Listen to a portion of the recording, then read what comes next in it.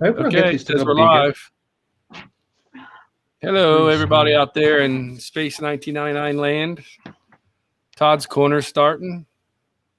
We got Mr. Gordon Moriguchi with us and our very, very good friend Mike and Debbie Reeder. And if you remember or if you know anything about Mike Reeder and Debbie, they are our aluminum people. They are aluminum people. Yes, they are our people. Anytime we need some aluminum for anything, they are the ones. And don't get me wrong. Miss Debbie does quite a bit for that also. Look at there. There's a nice aluminum piece. What size was that, Mike?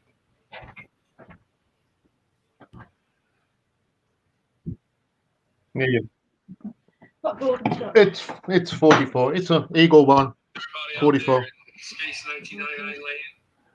Make sure your mics are turned down, or your not Yep, your mics, but I your got it. speaker. It was Okay. my phone. So, Mike, I got to tell you, man, I have, ever since Dave Pearson had done the remod for this Product Enterprise Eagle from back in the day, your aluminum, just amazing. He did the aluminum all the way around, and this is just one ultra small example of all the aluminum that I have in my possession that was produced by you. Amazing stuff. I got a few bits and bobs too, I think. Just a few. Yes. Just a few. Wow, looks like we're up to 14 people there.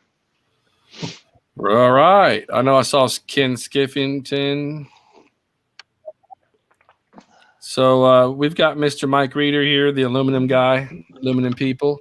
If anybody wants to ask any questions about aluminum or what he's done in the past, I'm sure he would be glad to answer you. Hit it up in the comments. We'll try to follow him as best we can. Good evening, Mr. Ashton. How you doing? It's an Ashton. Yeah, I need to give him the link. I'm trying to find the link. Oh, does he want to chime in? That's good. Yeah, I could have swore I sent it to him.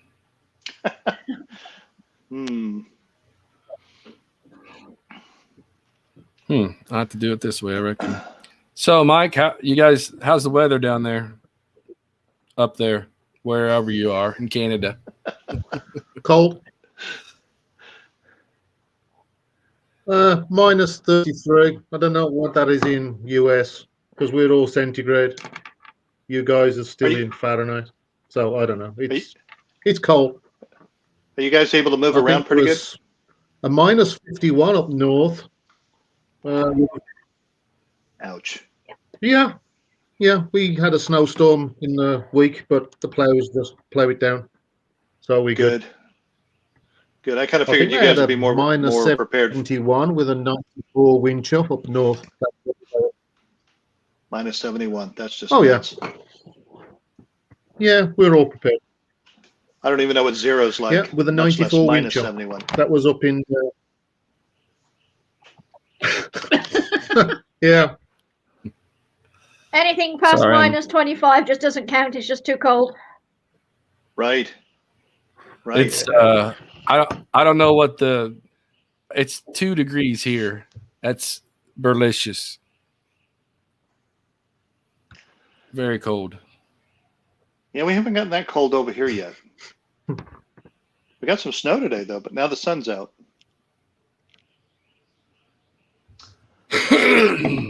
Anyway, what you got going on there, Todd? What's new? What's happening in the world of props and ships? So, looks like Mr. Ashton is trying to pop in too. Basically, I posted actually somebody had posted on the BP Taylor Eagle 1B kit, and I just kind of caught my eye on it, and then all of a sudden I started getting these people saying, "Hey, that's cool. I'd like to have one of those." So I got in touch with BP, who is taking a what do you call it? A sabbatical from Facebook. So anyway, he said sure he'd like to, if he got enough interest, he'd do another run of them. So looks like we're going to do another run of those. I think Mike, you did a aluminum bell for those, didn't you?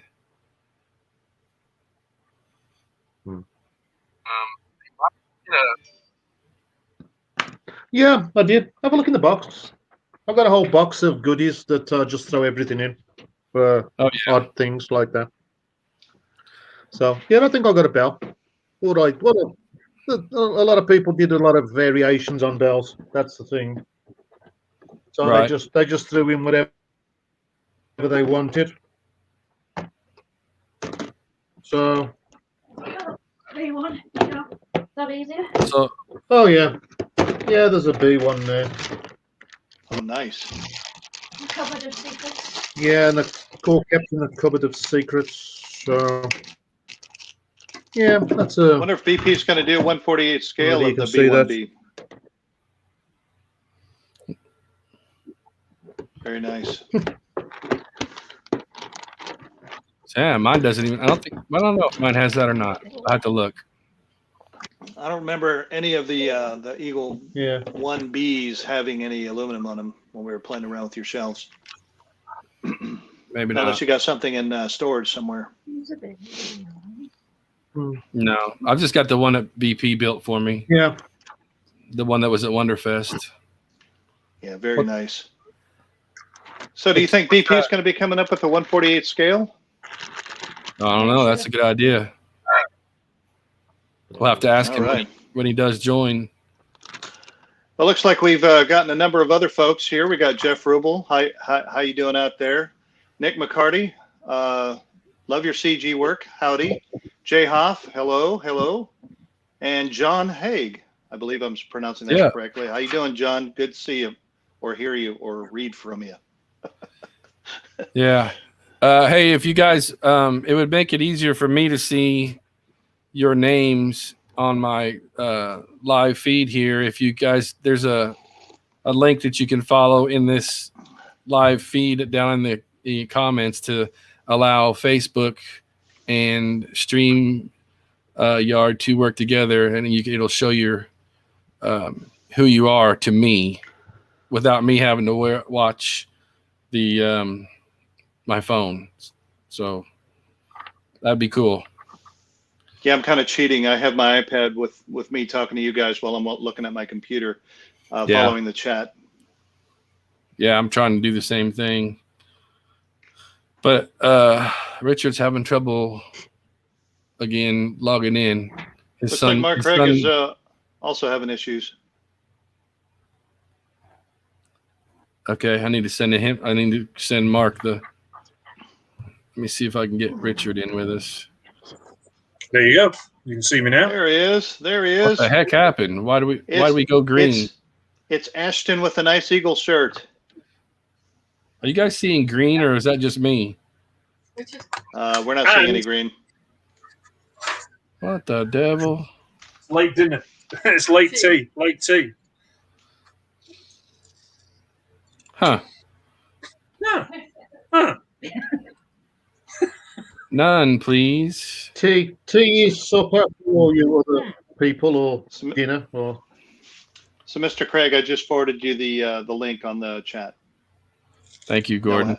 Now we'll have about 1,000 people want to chime in. I'm having issues here. I'm seeing like a green screen on everybody, but I can't see Richard. This is weird. Well, I'm eating sausages. So while you're playing around with that, I'm going to do a shameless plug for Mr. Sean McClure. I don't know if you guys have gotten this particular book here, the Martin Bowers World of Models. Oh, shit. Oh, you got Richard's book. Oh. What are you doing? You just knocked me right out, man. I'm sorry. Thanks, man. I appreciate it. I was trying to bring you forward. Oh, there. Okay. Here we go. So this book is amazing. It's freaking huge, and it's almost like a workbook, but it's one of the most amazing libraries ever compiled together for Martin Bowers' pretty much career. Sean McClure did quite the work on this. Probably hit up a number of folks like Martin himself, Dave Hirsch, and a few other folks. Yeah, get on Amazon. Just look up Martin Bower. This book will come up. You could either get the Kindle version or the book version. This book is just amazing, and he doesn't even know I'm making this announcement. But I just love this book so much. It's absolutely amazing. High quality, soft bound, very good book. So the Kindle is like $10, and the soft bound is like a little over 50. It's also on Amazon UK as well. Mr. Taylor, how are you? I'm good. It took me a few minutes to get on here. Sorry about that. It is what it is, right? We're all learning IT one way or the other. The sound is kind of intermittent too. It's kind of cutting out. I blame that on Todd. Okay. Some reason Richard's what the heck is this? Gordon? There's BP. I see you. Richard's feed was making my screen go green. I don't understand why it was doing that. Uh-oh. What's happening, BP?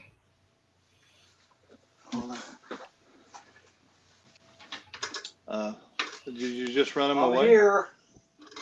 I tried to fix something on his and I lost him. No. Okay, let's try this again.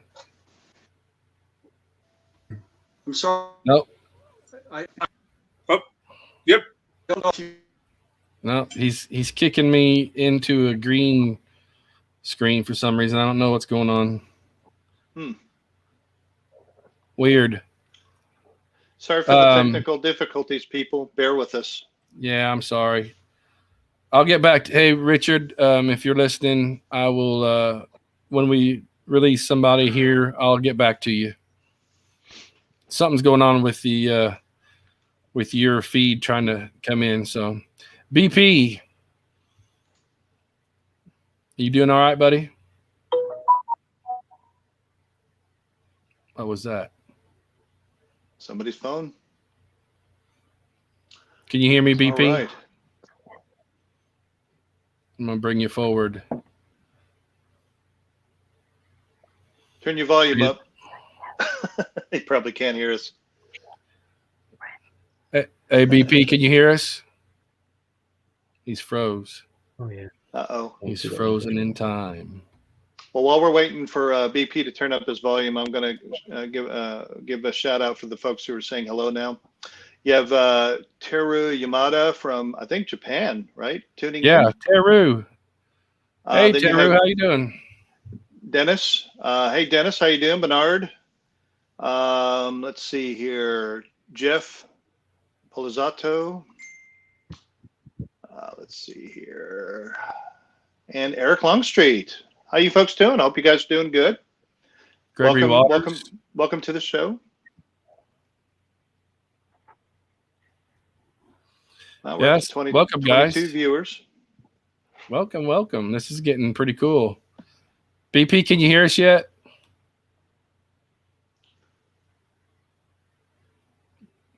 Yeah, I think he's having some issues with his mic and his speakers, or both. I don't think he can hear us. I'll message him and tell him to log out and come back in.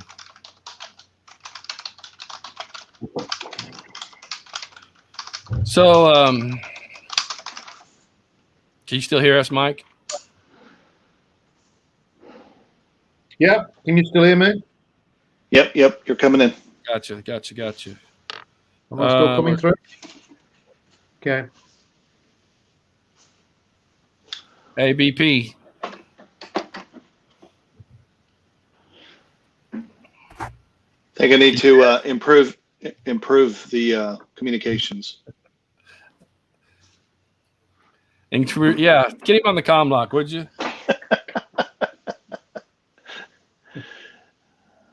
All right. Well, I think we'll probably have to iron out some of BP's IT issues maybe in the future if he's not hearing us or seeing us or whatever. He's probably not. So I can't hear him for sure.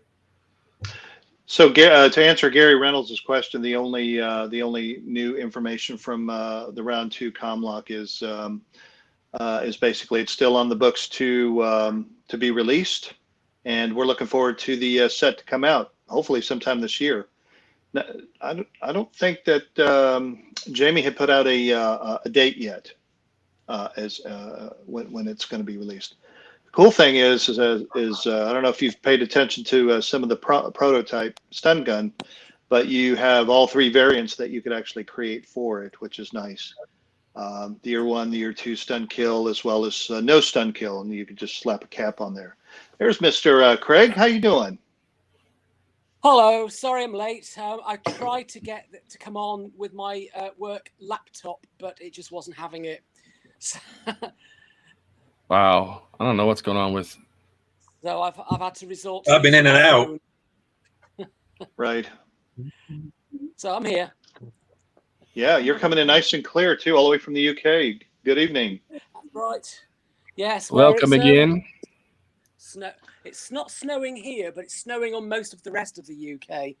I'm in the northwest of England, and we haven't had it so bad here. But the rest of the UK, it's being deluged in snow at the moment.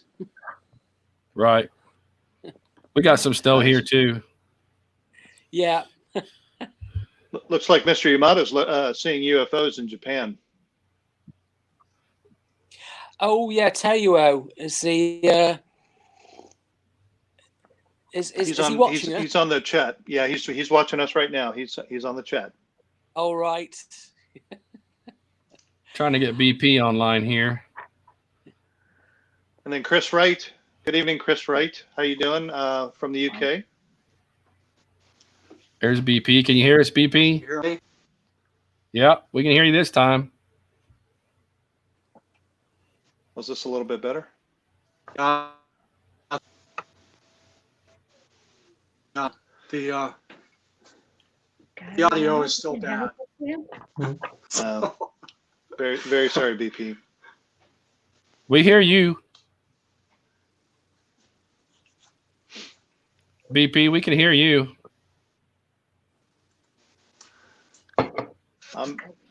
Good evening, Mr. Simpson from Scotland, or Yeah. north of Scotland. Yeah, I can't see anybody's names. Anyway, So I have to actually refresh my own Facebook feed. well, I see the feed over here. I get to see the feed, but it just says Facebook user because you need to allow Yardstream to use your name. It's basically what it is. Gotcha. And Peter O'Rourke, how you doing this evening? All right. Welcome to the show. Peter O'Rourke has is the one that helped me design this screen for this show. So he's pretty cool. Pretty cool Looks guy. good. Looks spiffy. So anyway, he says he's in the backstage. Let me try Richard again, but if it goes green, and it did. Can you guys see Richard? Yeah, we can see him fine. Yes. Yep, I'm here. Hello. And we hear him. Hello. That's good, man, Mike. Guys, gang, everybody. I don't know what's going on. Well, let's go ahead and let's move forward. Yeah, I can see you guys, but it's all green, so no big deal. Yep, we can hear you and see you just fine. It could be good, Todd. It could be green alert. You never know. Right. So anyway, Todd, what's new for BP? BP has the okay, sorry. Concentrate here. So anyway, bless him. The Eagle 1B kit we did a few years back. Oh, I hear you. Can you hear us now? BP? Where's BP? Where's BP? Yes. Hey, now we can hear you. Oh no, because they will screw I heard my name. Okay, BP, you're up front. We're talking about your kit, the Eagle 1B that sounds like you may resurrect for another run. What's your thoughts on that?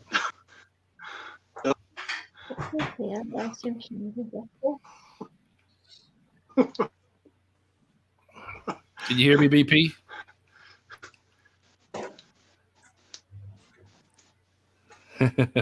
You must have a bad internet service.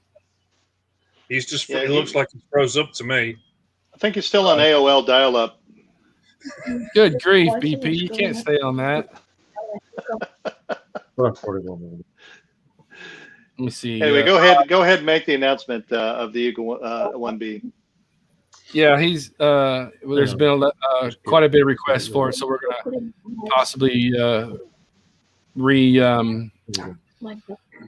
make another run on that. So if you do want that, there's a post in the group that of all the pictures. Just put your name down there and say, yes, I want it. Don't tell me that's cool, because that doesn't tell me if you want one. I mean, you can put that's cool, but I'm not going to put your name down as you wanting one. So anybody, you have to say, I would like a kit. Uh-oh. What happened? So you should ask. So Todd, you should ask two questions. You should ask if there's a vested interest in the original kit being produced for another line, another run, basically. And then what I would do is I would also ask the question part two: how would you feel about a 1/48 scale, if that's at all possible? See what kind of interest we can drum up. Absolutely. Because I mean, wouldn't it be cool to see an Eagle 1B with all these new round 2 22-inch Eagles?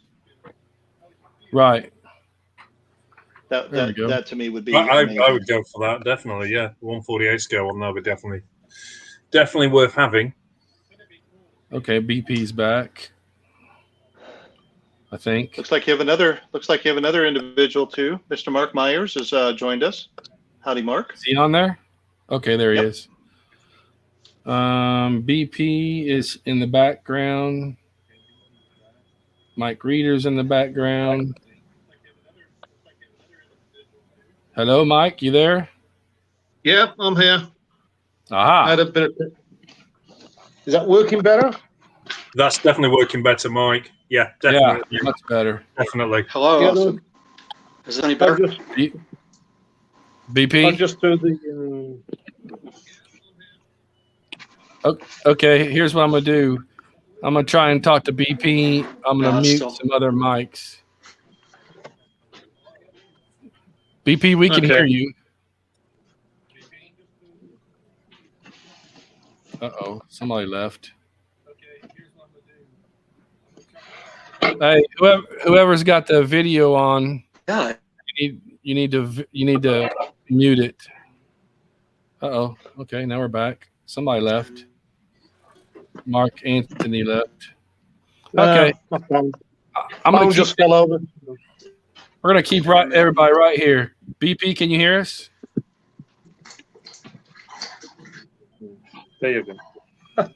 BP still having problems. Yeah. All right, guys. So I'm gonna go ahead and talk. Like I said, BP is gonna do another run, I believe, of this Eagle 1B, and go from there. So, like I said, leave your name in that post that I've got down there, and let's see if you want one. And everything went green again. What in the heck is going on here? All right. So, what else we got?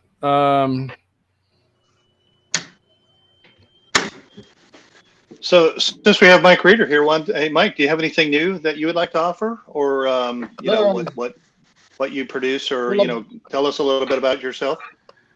Yeah, sure. Well, I've just should be coming through better. I've changed my phone to the laptop on the floor. What am I doing?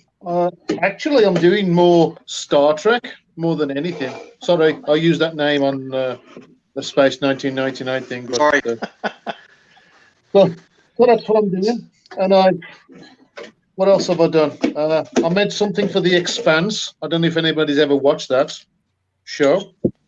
That's the main bell for the I have no idea what it's called, but it's for the Expanse. So I've been working on that. I've been working on. I did some 33-inch bells, which is for the Martel. That's Oh, the 33. Mattel. Yeah, gotcha. Very and that's cool. a 44. So you consider difference in size. There you go, Todd. That you could add those to your Mattel Eagle.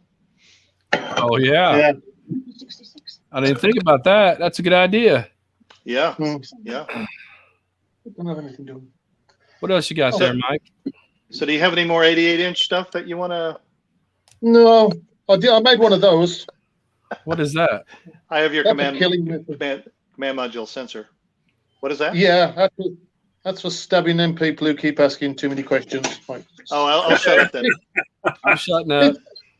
It's a Scottish calibration wrench from Trek. Oh, it's like nice. Yeah, it's like a. I thought it was for barbecue. It's for barbecue. To flip burgers over or something like that. Yeah. And then Christmas, I still made some of those. Like it's like Happy Christmas, like There you go. Oh, okay. Almost looks like a Uhura's little earpiece. Oh, you mean it? Yeah, I know you got a bunch of those sitting around. Those are the coolest earpieces. Yeah, those are the coolest earpieces ever. There you go. I'm good. I can hear you now. It looks wonderful. It looks like I'm having problems adding too many people. Is what's going on? Yeah, that may be true. So, Mike, basically, I can't tell you enough that the workmanship that you put into all of the stuff that you do produce is just nothing less than stellar, right? It really makes any kind of model pop, and it's just amazing. So, if anything, at the very least, I really do appreciate your hard work and your attention to detail and everything. So it's just amazing stuff. So if anybody's ever interested in any kind of adding aluminum to their kits, their third-party kits, whatever, Mike usually produces just about anything and everything that your heart would desire.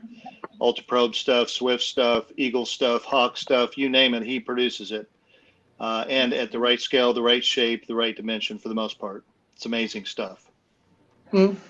Yeah, I've been doing it since 2000, so kind of got used to making this stuff now. So, have you ever figured out and counted? Oh, this is my 1 millionth piece I've produced. I think that day's long since gone. I think that. Oh wow! Wow. We don't have time to count. Yeah, I bet. But it's just amazing workmanship. So yes, absolutely. Hopefully we'll get to see you guys over at Wonderfest if they do have Wonderfest. I fingers crossed. My hopes are not high for that, but we'll at least move forward with at least keeping up with the announcements. I would think that if they're actually going to redo Wonderfest like they tried to do last year in October, that's probably when we'll see each other again. But right. Well, we'll they're not definitely going to keep everybody updated.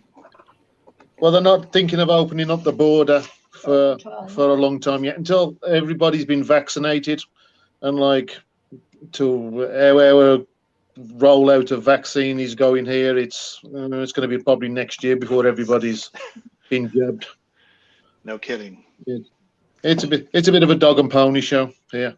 But what can you do? What can you do? What can you do?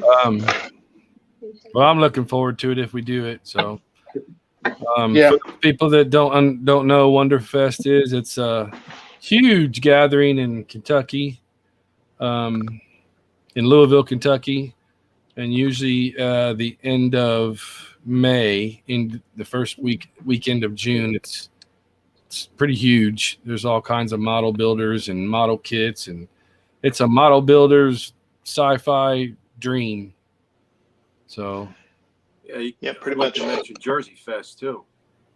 Jersey Fest. I haven't been to that one yet. So yeah, you should try that one out, Todd. It's I did a presentation there a number of years ago, and actually, God willing, this year, if everything goes okay, I'm going to be doing another one or some kind of presentation at the show. Right on. Yeah. Does round 2 show for that one? They should. I don't think so. They don't. I asked Okay. Jamie last time. I was thinking about it too. When is Jersey Fest? Be honest, I'm not sure. I reached out to one of the organizers last week, and he told me to get back in touch with him in about a month because they're having the same issues as any other fest or convention or whatever because of this COVID. It may not happen. So I'm not exactly sure. Yeah, okay. Yeah, I think it's going to be that way with everything. It's going to be a slow roll back into after they feel that they've got the COVID under control, which God knows they're not doing a very good job yet. Jumping back to the Eagle 1B, I'm chatting with BP on the messaging. He says he'll be doing the basic kit, whole top and bottom, wing, and accessories. So very nice. Jump in there and put your name down quickly because it's coming. So I'm gonna try and show you guys a picture of this. So hang tight with me. I'm gonna use my share screen to try to do this. Hey Todd, while you're sharing, I'm going to say a couple of things from the comments here. It looks like Peter O'Rourke says, I don't know if this is jokingly speaking, but I want to see the aluminum engine bells for Jan Wenenberg's Eagle. Yeah. Do you know how big that would be? I worked it out, and it's about 21 inches across. Wow, that's a lot of aluminum. There, yeah, that's a lot of aluminum. That's more aluminum than even the big Swift that we saw at Wonderfest. Right. That's right. It'll be 4 times bigger than that. Good grief. Four times the cost, or maybe 10 times the cost. Oh, yeah. It just... Are you guys seeing this pictures? Yes, we are. Okay, it looks like you're on picture number 2. Yeah, that picture right there is the basic kit right there. The wings, the body, and everything like that. So, so what's the other variant? What's the other variant? It's a piece like an extra booster. You'll see it in a second here. Oh, there we go. But I'm not sure he's going to be doing that. It hooks onto the back part of that. Gotcha. But that's what you'll get right now, and I'll have to talk to him about the extra booster. That's what the kit looks like coming out. That's the body part. There's the bottom half. Wings. Wings upside down. Yeah, that looks like the longer variant there versus the shorter one that you just showed. Yeah, that's the longer variant. Once you do the body's all the same. It's just when you add the wings, it makes it look like a little shorter. Oh, there's one built up. Propped on an Eagle like the glider. Yeah, that is John Ashmore, I believe. He's in Japan. There you go. It's on top of a 22-inch Eagle, so it's pretty much a cool little device. So he produces everything, the resin, everything. The total kit, yeah. I mean, to answer anybody's question, yes, it's extremely highly. Whatever BP does in that kit is highly high quality. I don't think there's any bubbles in it or anything like that. No, there wasn't at all. Beautiful, beautiful produced. Nobody complained about this kit. Now, in this picture, it's the bottom part. It's the bottom picture is the actual basic kit, and then on the top picture, it's got like a little booster on the back. So we'll talk to him and see how that works. But there's the bottom. I mean, it's a really cool kit. There's the on the bottom ship right there. You can see the extra part that goes on there. It just kind of slides up onto the back side of it and then extends it. Is all it does. So, and then on top of that, Mike Reeder actually produces engine bell for that, right? Yep. There you go. He's got it in his hand. Well, I got a lot of people here. And some Beautiful. other little bits. And there's a little thing that goes inside. Trying to get the picture here. There you go. Oh, baffles and everything. Nice. Metal baffle. Yeah, metal. There you go. It's difficult trying to get this camera sensor. But people have had different shapes, different sizes. People have asked for custom bells, whatever they want. So very nice. Very nice. All right. You guys see this? Yeah. What you got going on, Mark? Is that your Eagle 2 build? Yeah. Actually, it came out pretty good. I actually pretty happy with it. Has that got the Mike Reeder aluminum on it as well? It does not. I may have to actually reach out to Mike about his aluminum bells. He comes actually, I think the RCS thrusters. I think the RCS thrusters and the CM sensors are the only thing that he'll be able to produce for that, since you can buy a whole aluminum ensemble from Round 2. Yeah. Yeah, that's an agreement they have. It's all right. Yeah, this came out pretty good. I actually went to the Catacombs website. There you go. And that's an awesome place. Yeah, and got some really detailed pictures of the Eagle 2. One can drive themselves insane trying to match up, more so than any other science fiction model, because these things were painted so many times. Yep. To try and figure out, like, this is the Eagle 2. So I don't know. Well, the cool thing about the Eagle 2, the original Eagle 2 44-inch model is, which is owned by Andrew Frampton, by the way. It's probably been detailed or redetailed the least, if not hardly any.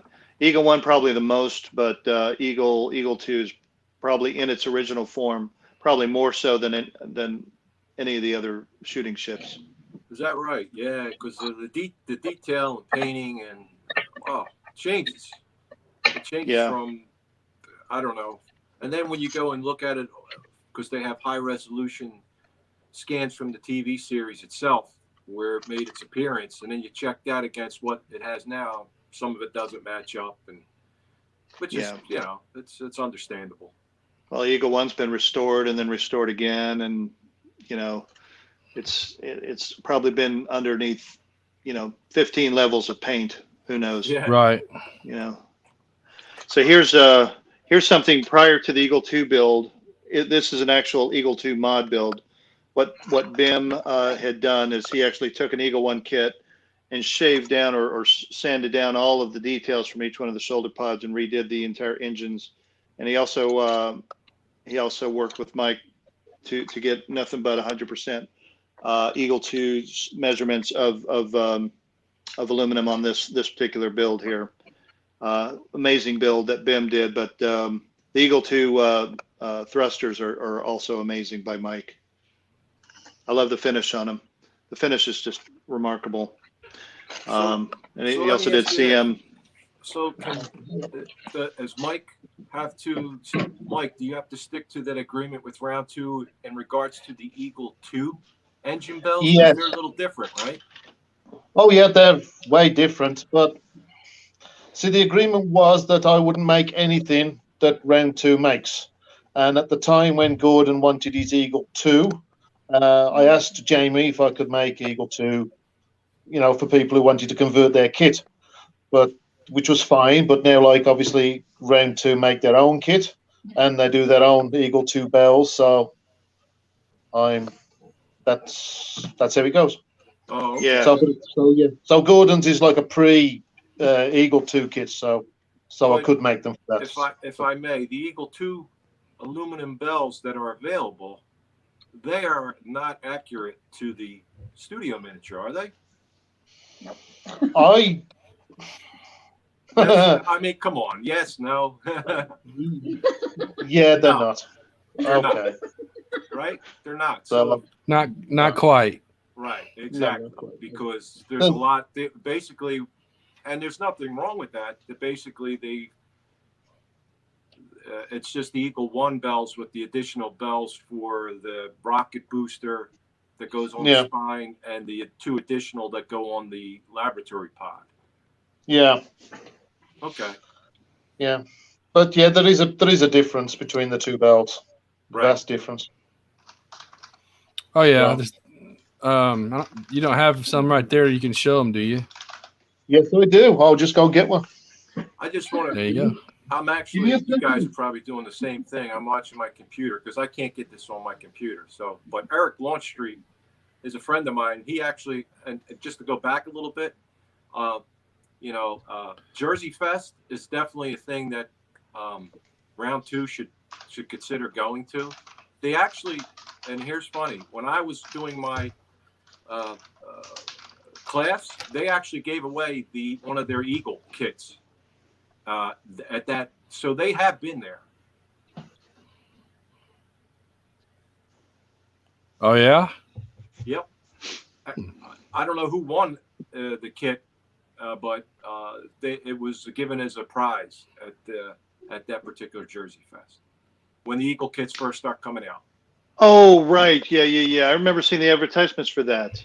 Yeah, it was. I think it was the very first rendition of what does Jamie call it? The test run or whatever. It's test shot. Yes, test shot. Yeah. Yeah. I believe that's what it was. He had done that for Jersey Fest. Oh, you know who I think? I know who I think won it. I could be wrong. Jay, I can't say his last name. Oh, Jay Chadlick. Yeah, he may be the guy who won it. I'm not sure.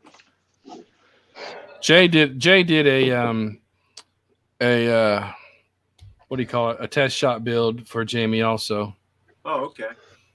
I'm sorry, Mike. Mike's got he's going to show the comparison. Oh, do you know how cold it is running out at minus 30 something?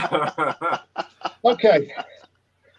So this is an actual casting from Eagle 2. Right? And it's still got the tape on from when but that's an Eagle 2 bell. Actual casting from the actual thing. So you got that? Very nice. And now here is the Eagle 1, which is another casting from the actual bell. If I can just get that into focus. Yep. So, very nice. So yeah, so there are differences. It's hard to try and get that, but there are differences. Right. Funny thing is, the folks over at Space Models, I don't think that they were really taking too much of that into consideration, considering most of us were watching 1999 on a 19-inch color TV with trolley wheels. Well, yeah, and if you go to Eagle 3, then that's a different shape again. I don't have an Eagle 3 bell. So speaking of Eagle 3, I think I got Darren Peters in here trying to. Let me see where he's at. Let me see if I can add him. While you're trying to do that, good evening, Susan Peterson. How are you? There's Darren. How come Hi, Todd. Hi, Gordon. How you doing, Darren? I'm doing good. How's your? I take it you're in like 6 feet of snow, and it's like minus 75 degrees centigrade.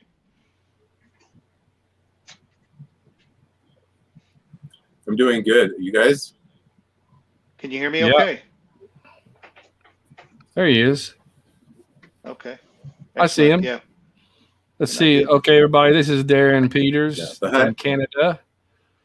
Hi, guys. He is the actual owner of Eagle 3. Lucky dog. Hey, man. Nice. So welcome, Darren. Nice to see you. Got Mr. Mike Reader and Debbie Reader. We were just There's, talking about. Go ahead. I'm sorry. Thanks, Todd. There and everyone. Nice to see Mike. Mark, nice to meet you for the first time. Gordon, Nice to meet you. always a pleasure. Nice to put a face to a name. And Todd, you know, we've talked before, but there seems to be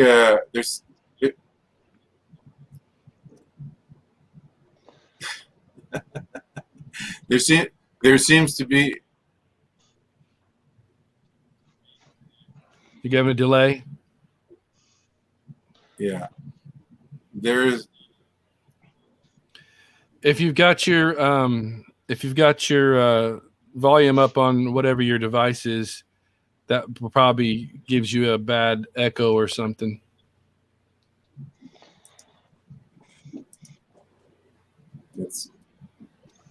I don't know if you have headphones, Bluetooth, or anything like that you can use, but that'll give you a delay type problem. Darren owns Eagle 3. Yeah. Oh, wow. I really would like to hear what he's got to say. It looks like he's working on it. Technology's great when it works. Yeah. Well, I know I was lagging pretty bad last week, and I had just bought a new camera and hooked it up to my computer. Uh-oh. What is going on with this stuff? And so I was lagging pretty bad. It sucked. I was so mad about it. But I'm using my built-in kit right now, or camera. Try it again, Darren. See how you are. Hey, can you hear me? Dog.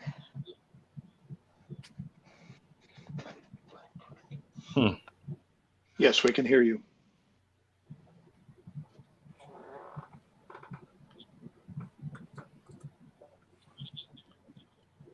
Can you guys hear me? Yes, we can hear you.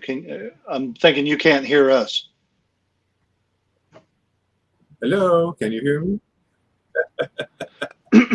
Yeah, it sounds to me like he can't hear us. Yeah. Yeah. Gordon, there seems to be you're cutting in and out, and it looks like your video is freezing. Everything's looking good from here. We can hear you, but I don't think you can hear us for some reason.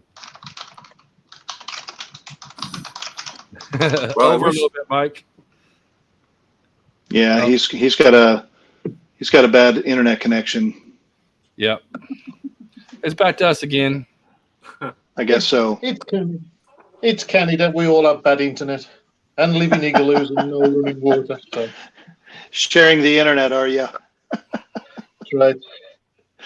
That's crazy. It's the ice on the wires. Do you see those massive hawks in the background of his feed there? My goodness, it'd be interesting to go over there to his place and check out all the goodies. You'd have to put me on a chain or something like that. Hold me back, though. That's a lot of stuff he's got frisk there. us. All we need to do is have a little props and ships Eagle meet convention, Eagle meet over there. Yeah, a little Eagle Summit or something like that. Yeah. So, Mike, you had the pleasure of visiting him one point, and got to hold Eagle 3 and probably took a lot of good pictures and all that. Yeah, it's just a thing that I don't know why everybody has a 44-inch Eagle. I have to hold it, especially like when I realise how much these things cost. So I was kind of it's a rite of passage. Like, yeah, just put it on the floor and I'll just stand by it. Yeah. So yeah, I held Eagle 3 for all of 2 seconds, and then I think, no, if it breaks, then it's all on me. So put it on the floor, and I'll just wait and smile. How's your build coming along? Oh, that one. No, it's still like in bits. I think you're making too much stuff for us in order for you to focus on your own self. Yeah, I'm just like too busy doing other stuff, other projects. So doing stuff for me. I think last year I made one model last year for me, and that was it.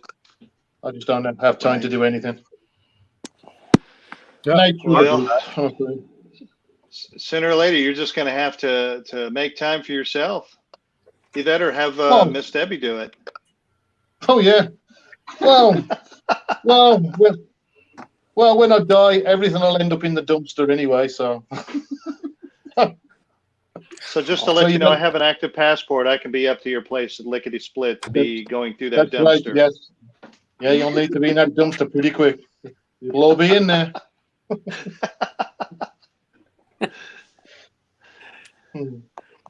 Welcome back, Mr. Craig. What are you doing, man? Yeah, I tried to get on my laptop, and it just wasn't having it in the end. So I've had to come back on my phone again, and the signal's not very good on this, as you know. So we'll just have to try and persevere. So sorry, guys. Yeah, you're coming in fine now. Yeah. Yeah. Anybody who has a nice dedicated internet connection seems to be doing pretty well. I need to get a new camera for my home desktop computer because the camera gave up months ago, and I've not been able to get a new one. So right. Yeah. So I think, Todd, this is probably the point where we should probably put in another plug. So I guess you guys have heard the latest and greatest on the 1612 Infernal Machine set. So imagine getting your Infernal Machine Eagle Beak tank and your flatbed tank with another Eagle. And this time this Eagle is actually going to be just a plain Jane Eagle transporter, nothing special. And you'll finally, for the first time, get to put all three of your tanks together in this fashion here. I'm really looking forward to lining each one of these up and doing a comparison shot because I have these test shots here. I finally got to put up the my radar dish back on the thing. It kind of fell off of this particular 1612 test shot, but they're coming soon. If you haven't seen it yet, they're going to be shipping them out this week, I think. So DHL is usually really good. They use DHL, and it gets to us all over the world. It seems like lickety split, except for the guys in the EU. I think the EU has some issues going on, which I'm not really too familiar with. But I think Canada and folks within the UK, obviously, and the United States are not affected. So I'm looking forward to that set. There's the 1612 plug of the evening. So hopefully you'll be pleased with them. Now, a word of note. I think there's a lot of complaints about the original Mike Burrows prototype tanks. Those are different than these test shots, which these are going to be what's going inside the box. These are a lot more accurate than what those original prototypes were. So just, if you guys are really worried about that or very, very concerned, very eagle-eyed looking at the differences, I don't think you have to worry too much about that. Anyway, you be the judge when you get your set. So it'll all be awesome. Looks like Mr. Peters is still working his way. How we looking? How we sounding, Darren? Hey, Darren, we can hear you. How are we coming in? Good. I switched to my cell phone. Oh, I guess that's working. A little bit of lag, but it's a lot better. What'd you say, Craig? Mark? Craig? It's a shame. Yeah, it's a shame that the 1612 didn't think of releasing a Gwent to go with the 3 tanks. That would have been nice. Well, the Gwent would have been. Yeah, big, and somebody would have just thrown it up against the wall. Yes.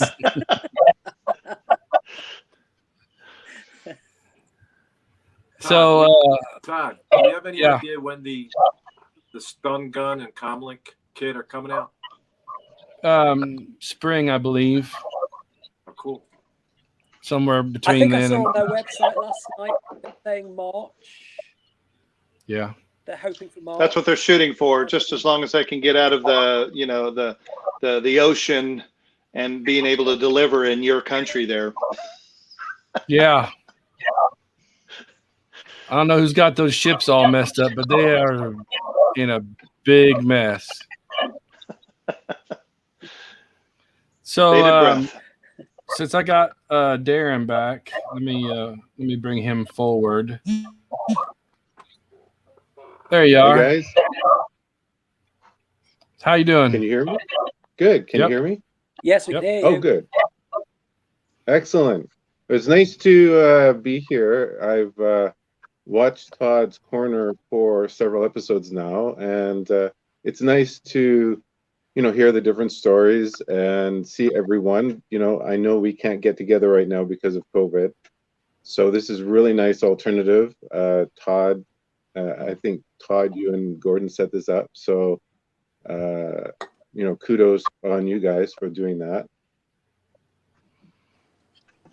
Thank you. Yeah, I think this is a good way to get through our I don't know, what do you want to call it? COVID and our isolation days. Yeah, it's a lot of fun. Besides, we get to see you international folk a little bit more often. Yeah.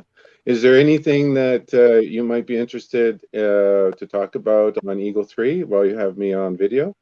Absolutely. That's what we'd like to talk about is Eagle 3.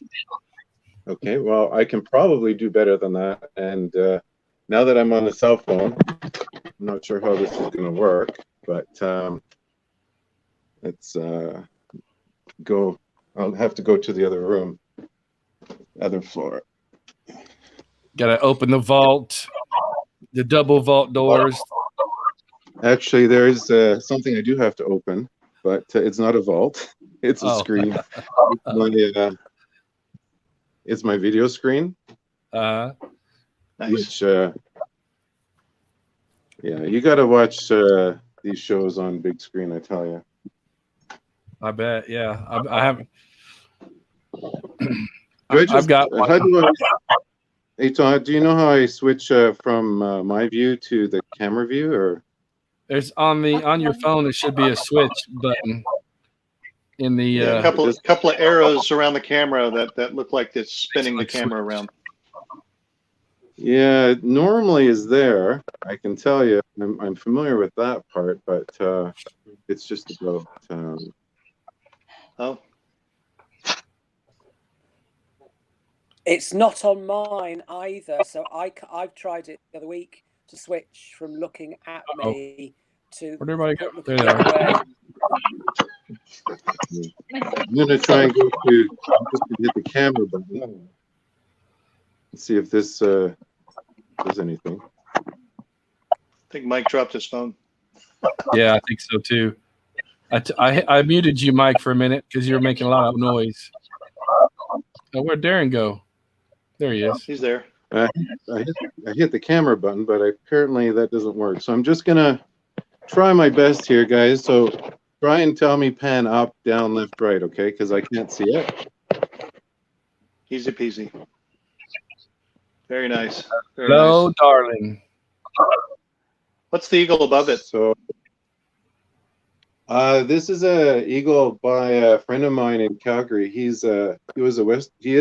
I think it's still a WestJet pilot, Keith Fuchs. He built that. Oh, okay. Okay. Yeah, he built that many years ago, and got a few pictures of his. Yeah, he did extraordinary. When he was model building, he did extraordinary work. I always thought it was one of the best builds prior to everybody's. Yeah. Go ahead. Yeah, he had gotten. You want me to zoom in or? Yeah, zoom in on Eagle 3. I gotta see her. I gotta get my fix. Oh, there you go. Yeah, that looks. She's still in good shape. Oh yeah, she's basically screen use conditions, so she could probably use a touch up here and there, right? But right. I prefer, and I know it's not for everyone, but I prefer originals that haven't been restored. Mm-hmm. I agree. You know, I understand when things are broken, you've got to restore what's broken. But Right. Yeah. typically, you know, I'd like just to restore what's broken, not the whole thing. So, That's all. So and what as you other can screen see, use? Go ahead. Go ahead. one thing I'll let you guys know that not too many people do know is that Eagle 3 pods are different than Eagle 1 and Eagle 2 in that the bottom geometry is different. Looks a little fatter, So taller. what happens is that this line on the normal Eagle 1 and 2 comes down and straight down, but on here it bevels in. Very interesting. So yeah, a little known fact that probably most people don't know if they're building an Eagle 3, that the bottom of the pod needs to be, these angles need to be cut in so it's not at a point like it is on top. That's very, very interesting. Yeah. Okay. Let's see. Anything else you'd like to see? What other screen used items do you have? Well, the glider is screen used. Oh wow! Very cool. Very cool. Yeah, that come from Brian Johnson himself. He had that in his collection till about 5 years ago. Wow. That is pretty neat. So yeah, if anyone is looking for, painting pictures, reference pictures, just let me know. I'm always glad to help that way. All right, that's I know, awesome. I appreciated it because probably about 20 years ago when I reached out to David Sissons, he was one of the blessings, in my life that he didn't really hold back anything, and he really supported all my questions and sent me castings and sent me measurements, and the guy is just in my book, he's A1. Yeah, David's a pretty cool guy. We had him on last week. Yeah. You did. Got anything? You did. Got anything else you want to show us, Darren? Oh, I want to see that UFO interceptor. That thing is sweet. Look at that. So this is something I carved out of wood probably about 15 years ago, and made brass landing gear and all that.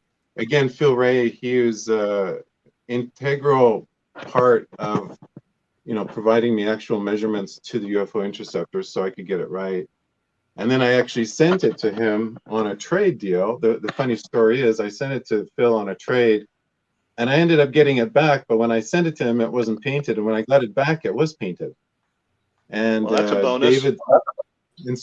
David Sissons had applied his magic to it, so it's gone intercontinental and painted by David Sissons now. So, wow, that's amazing. That is amazing.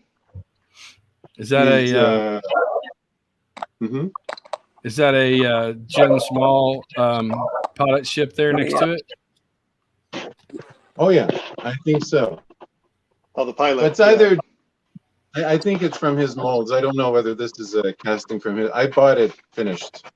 So, doing a lot of international travel in my line of work, I don't have, I can't build, all the, as you know, Todd, and Gordon, everyone on here, we have about 50 projects in our mind, right? And we can't always get to all of them. So when I do find a really excellent replica, that kind of like this Gwent here, you'll see. Ah, the Theo Gwent. Yeah, he had finished this one to the nines, and then he had decided to sell it. So it's got a home here now. It is amazing. Theo did a really good job on that one. Yeah, he does great work, man. That guy is just amazing. This grab arm is from a friend of mine. He's also part of this group, I believe, Todd. He's in Paris. He's a 3D guy, and Oh, yeah? he Who is he? just sent me this. Oh, I don't know. I think I gotta pull that card, Todd. I've got to pull from your deck. I can't remember right now. You know, I can't. It happens.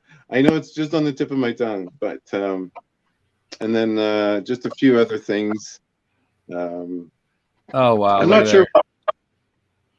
Was it Devil's Planet I'm not sure what you guys city building? Pardon me? Is that Devil's Planet city building there? Yeah.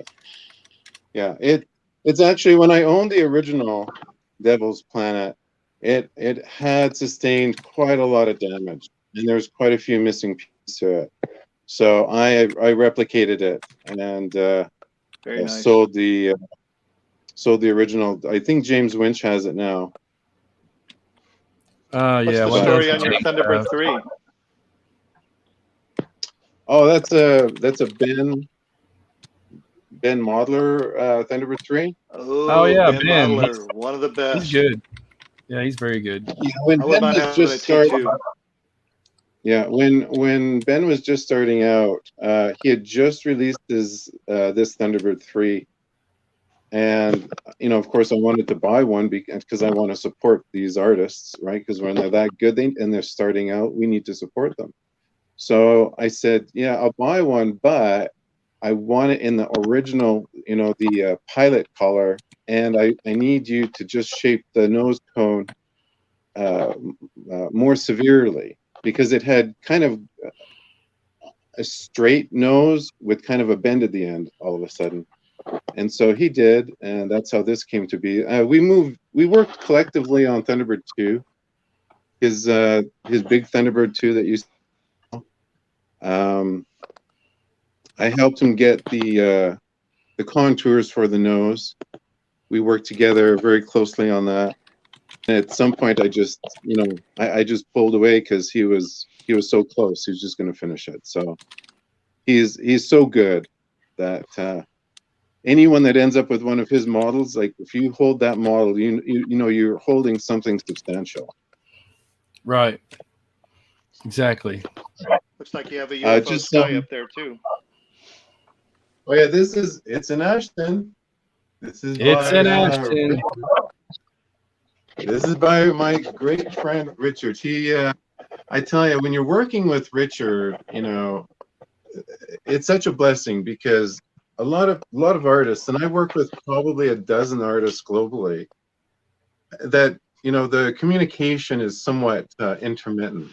But with Richard, he just jumps on the phone and calls you right away to sort things out. So I can definitely say that working with Richard was a godsend. He's a very detailed guy.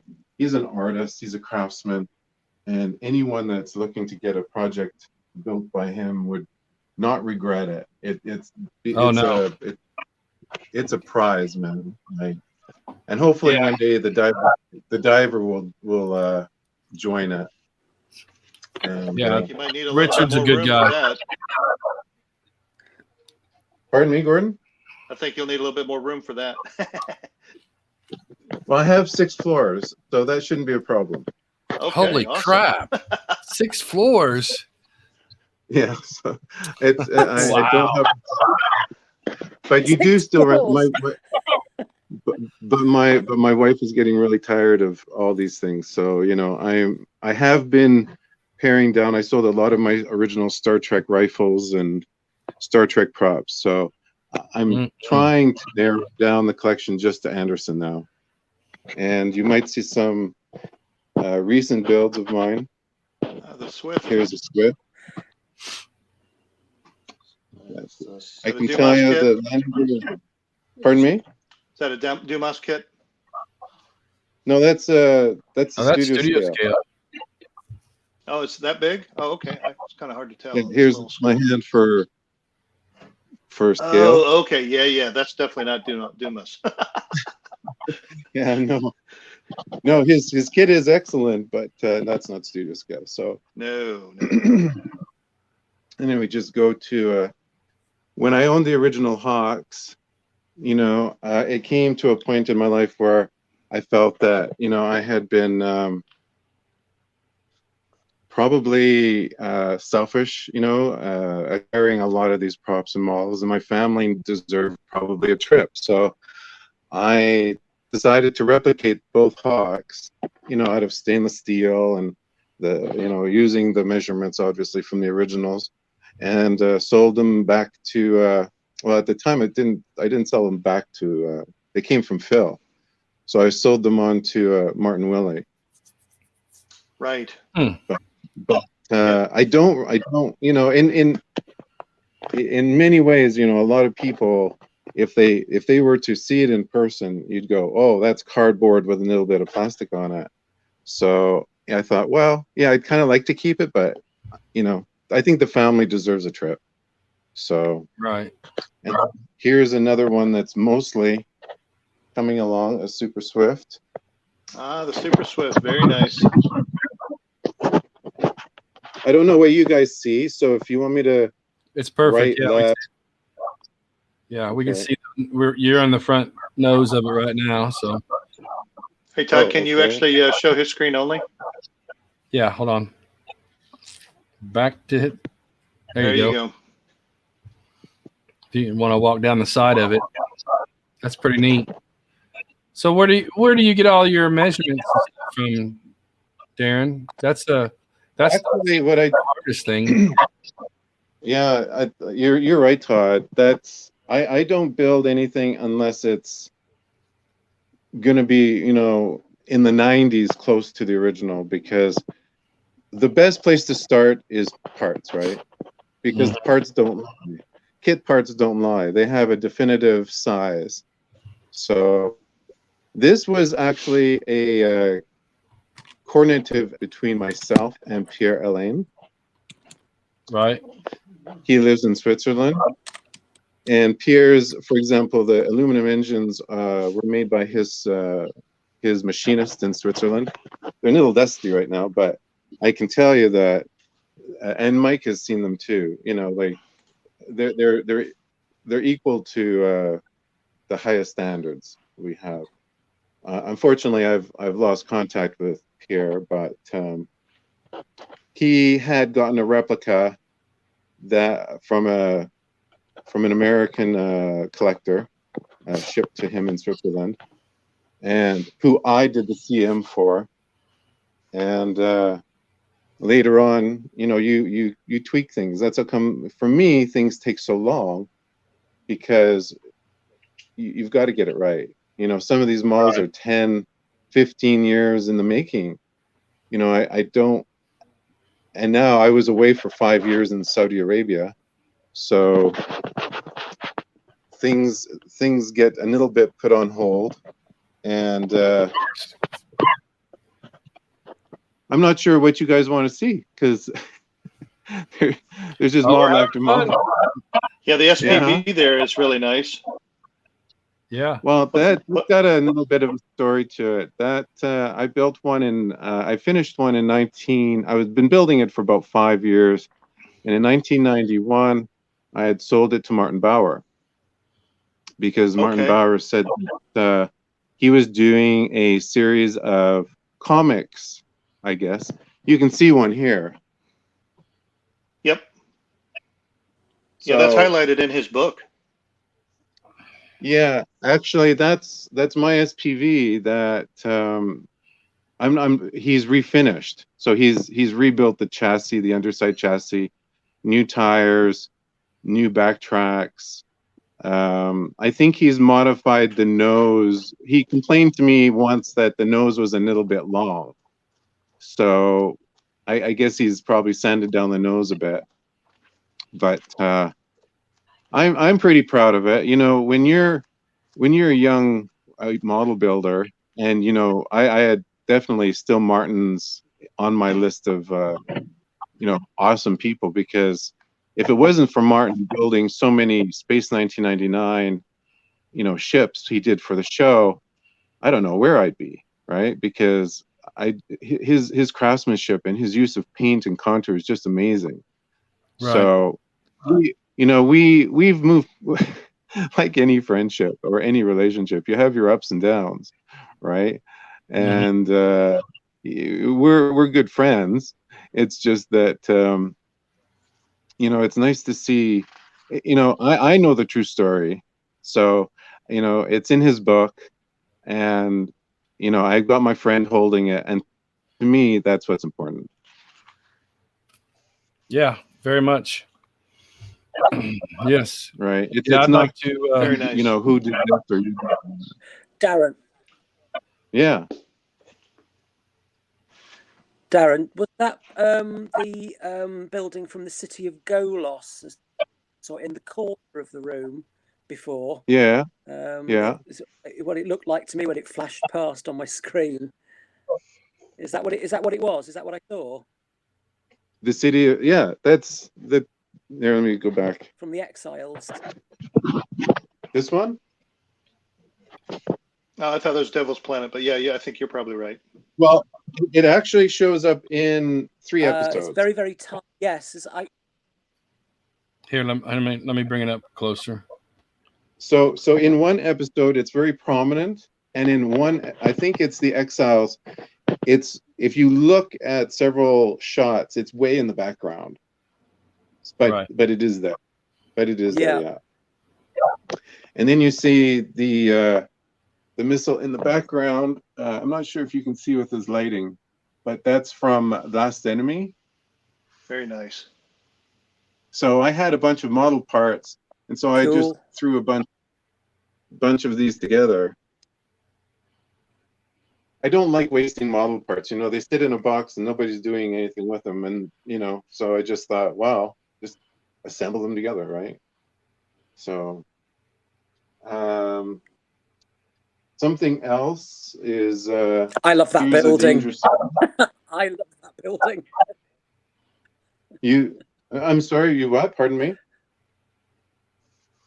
I really love that building. I think that well, if you're looking for some, I think it's very easy to do. This is a Tamiya kit. You just buy 1, 2, 3, 4, 5, and then glue the chassis together. And it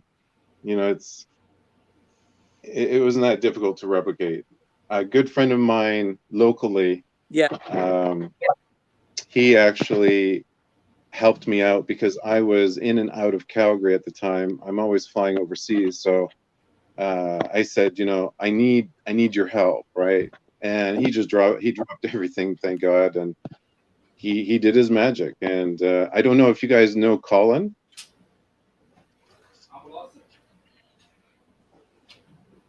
Pardon? What's his surname? What's his Malusic? surname? He goes by SMT, Scale Model Technologies. Yeah, I think he's a member on the group. Yeah, right. Yeah. He's helped me. I've known that guy since just before grade 1. I was there on his first day of school, so we got history there. Wow. And he's definitely, he's got a dedicated shop, and he's got parts galore, kits galore. So if you guys are looking for really hard to find kits, or you need something molded, or you have a custom kit that you're thinking of getting made, or you need something built, if Richard's too busy, then it depends what continent you live. Sometimes it's easier to, if you live in the UK, get it built in the UK. If you live in North America, get something done by someone in North America, right?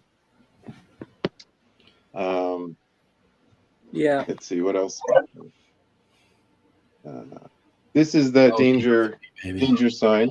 I'm not sure if you guys from the nuclear waste area. Oh yeah. Let's see. Right. Yeah. Let's see if I can. It actually still works after 40 years. Get out. Yeah. No. This is actually the studio wiring, and I'm just going to connect a lead to. There you go. Oh my gosh. That's fantastic. After 40 some years, I can't believe it still works. One of these days, I'm going to have something from that daggone show. What's the story of your laser tank? I think though that was built for me by a gentleman called Rob Hobby. Oh, you got the Robert Hobby one. Yeah. Love the Robert Hobby one. I wouldn't mind getting me one. I'm not sure if anyone in the group has his contact info, but in my absence while in Saudi Arabia and in Bahrain, my computer here kind of fell to disrepair, and I lost a lot of my contacts. So to some people, it seems like I just disappeared off the planet, but the reality is that you can't contact someone if you don't have their contact info, right? So if anyone has his contact info, I definitely appreciate you forwarding it to me, because I think I've got his email. Yeah, we chatted, we Skyped actually, I think every weekend for years. I can't imagine what he's doing now, but I'm sure he's got a lot of stuff.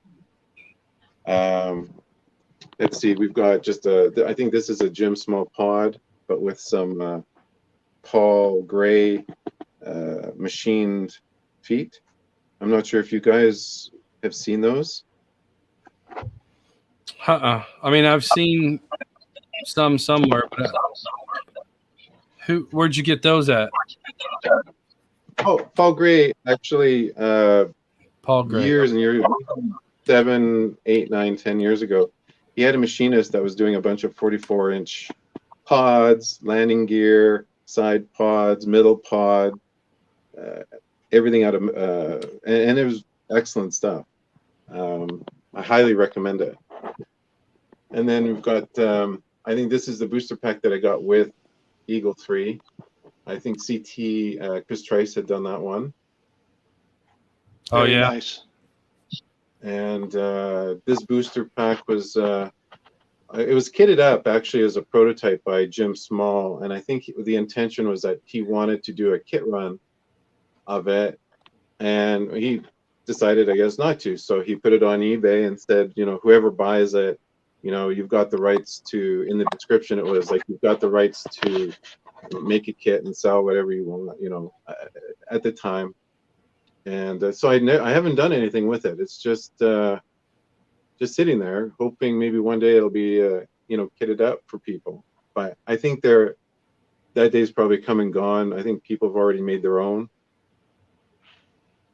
I like to make some. Yeah. Well, you can always talk offline, Todd. Like if you're, I don't know what manufacturing, facilities or you've got at your disposal, but I think that's definitely, if people are interested. Of course, Jim does great work, right? Right. I don't know anyone like Chris Trice, Jim. Everyone does such great work. David Jacobs. I think we're all familiar with David's work, right? Oh, yeah. We've got behind there, I think that's a friend of mine, Ken Skiffington. Oh, okay. Yeah, I think he's on here. Oh, okay. Tabor tank. Well, he's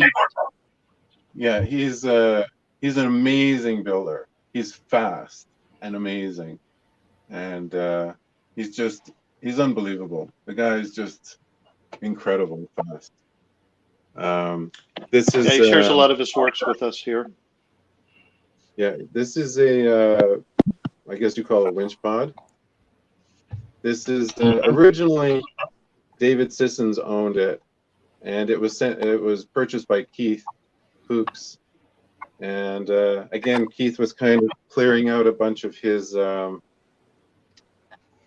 stuff, and we lived 5 minutes from each other. So he said, "Are you interested?" I said, "Bring it on over." So lucky. It's that you're in the right place at the right time, but yeah, hey, I'm in Alberta. I'm on the West Coast. It's hard to be in the right place at the right time. Todd, Gordon. Oh yeah. we know that if we're in the UK, it's much likelier, you know, to come across these things, right? Yeah, it is. One of these days, I'm gonna have a screen use something. I don't care if it's a rock.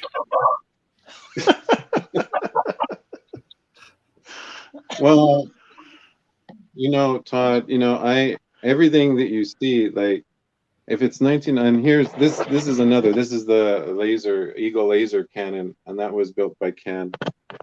Let's see what else is there. You know, I can move around. But that's not Space 1999 that you might not want to see it. I love here's that. Battle Love Cruiser. There's the battle cruiser. Yeah, that's nice. What's the story on that? Story on that. Battle Cruiser, yeah. Bauer, well, Martin Bauer built that. Oh, okay, and okay. It came to Canada, and then I became the new owner. It didn't come directly to me. There was a interim owner, and so yeah. Give you some idea of other things that I'm currently finishing, but I didn't build. They are Space 1999, and I don't know if you guys know of Alpha Child. Oh yeah. Yep.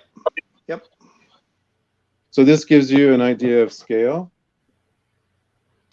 It's big. So and then you have the this is sight on 30 below inches about. Yeah, it looks like you have the sight on below it. This is again built by.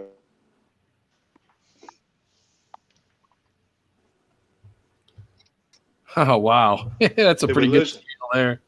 Did we lose him? I don't think so. I've still got him. Or he froze. I think he froze. You keep losing me. I keep coming in out.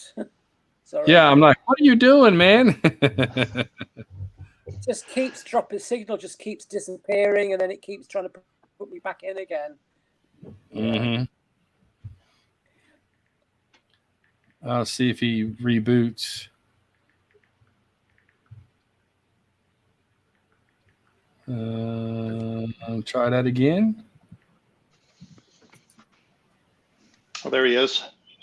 Hi guys, Weird. sorry my phone died in the middle of. I don't know what you got to see last.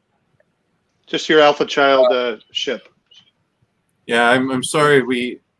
There's so much more to show you. I can probably do kind of a walk around in my shop. It's not a very big shop, but I'll grab the camera.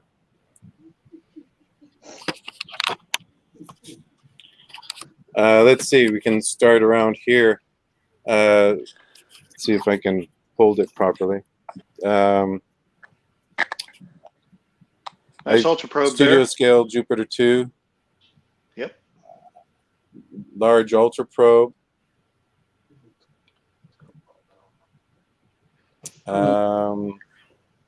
Here's a maximize the screen. 44-inch Eagle that I'm currently. There you go. Yeah, for some reason working on right now. Eagle 2.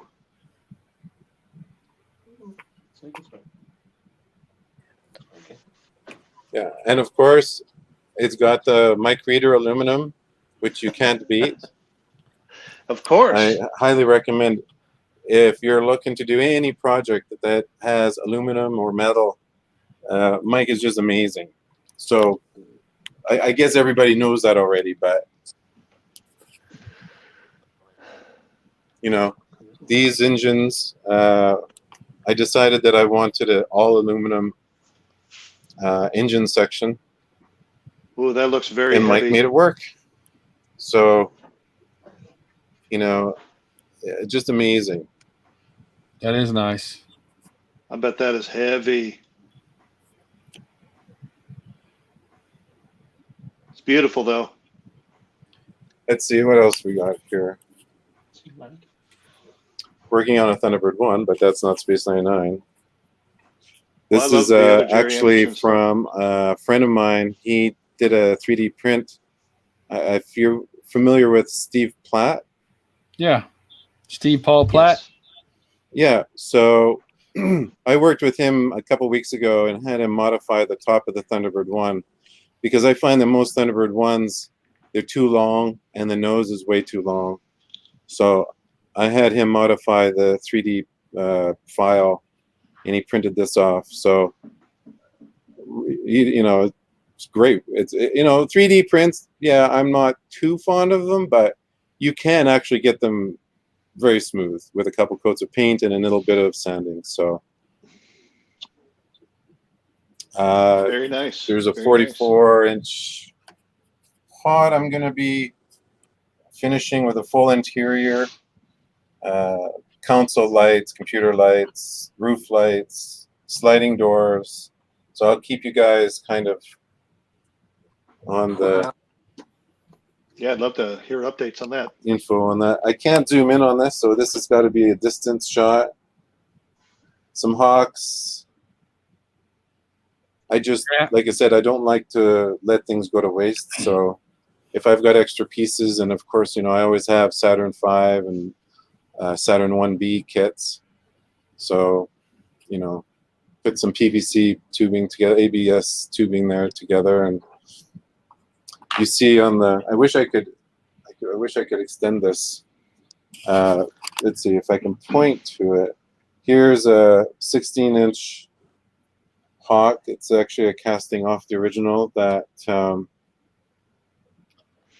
I'm in the middle of restoring. And You have a screen use stun probably gun, in the don't you? corner, you can see a Shadow Mobile. That's sweet. Some Martian War Machine assemblies that a friend I'm just about to put the sound and lights in. Sam's car, though. Studio scale Stingray. Very nice. If I come to visit you, you know, and I'm wearing a trench coat and carrying a big bag, you know what's going on, right? Well, I tell you, you know, people know me that, you know, I've had people come from all over the world, and my door is always, if I'm here, right? Caveat is I'm here. We can definitely get together, and I had one guest stay for 3 weeks. I found him a VRBO, not 3 minutes from my house, and I just went and picked him up every day and brought him over, and had lunch and dinner here, and took him around the city, and we did I gave him a bunch of castings, and no one ever comes to visit me and leaves empty-handed typically. So I know what it's like, because when I used to visit the Star Trek studios in LA, Greg Jean, I visited him in 1991 and again in 1993. It's so nice when someone says, "Oh, would you like this?" And you're like, "Of course," you're just shocked that somebody would do that. Here's a couple more hawks. Those are I can't take credit for all of it. The heads are actually from my friend Jim Small. He, I started building these, and I found, well, I don't have any heads, and so he said, "Yeah, I'll do you up some heads." He still had the molds at the time, so I think it was the heads and the top framework and the solar panels he did for me. And, I actually right now, I'm sorry, Todd. Can you say that again? I actually own Jim's Masters and that kit now. Yeah, they're really nice kits. If someone can get their hands on one, I'd say that's the route to go. Of course, I don't know if your molds have the head separately. No. No, it's the head and the Oh, okay. So yours partial might body. be yeah, maybe it's a different mold, because I know the ones that Jim was selling originally had separate heads. So if people were making the body, they could just buy the head, the command module, right? Right.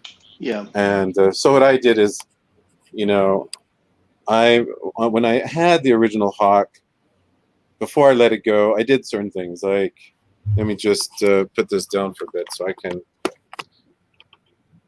grab things and show you. So, for example, where are you? Throat. So something like this, right? This is the bottom of the Hawk. This is actually a casting off the original. Nice. So it's got, you know, all of its asymmetry, you know, the little gun you see there. And so what I do is I try and supplement all my Hawk builds with as much of the castings from the original as I can. So these, I think the rear engine bell I molded, the rear thrusters I molded. What else did I mold? Oh, I patterned up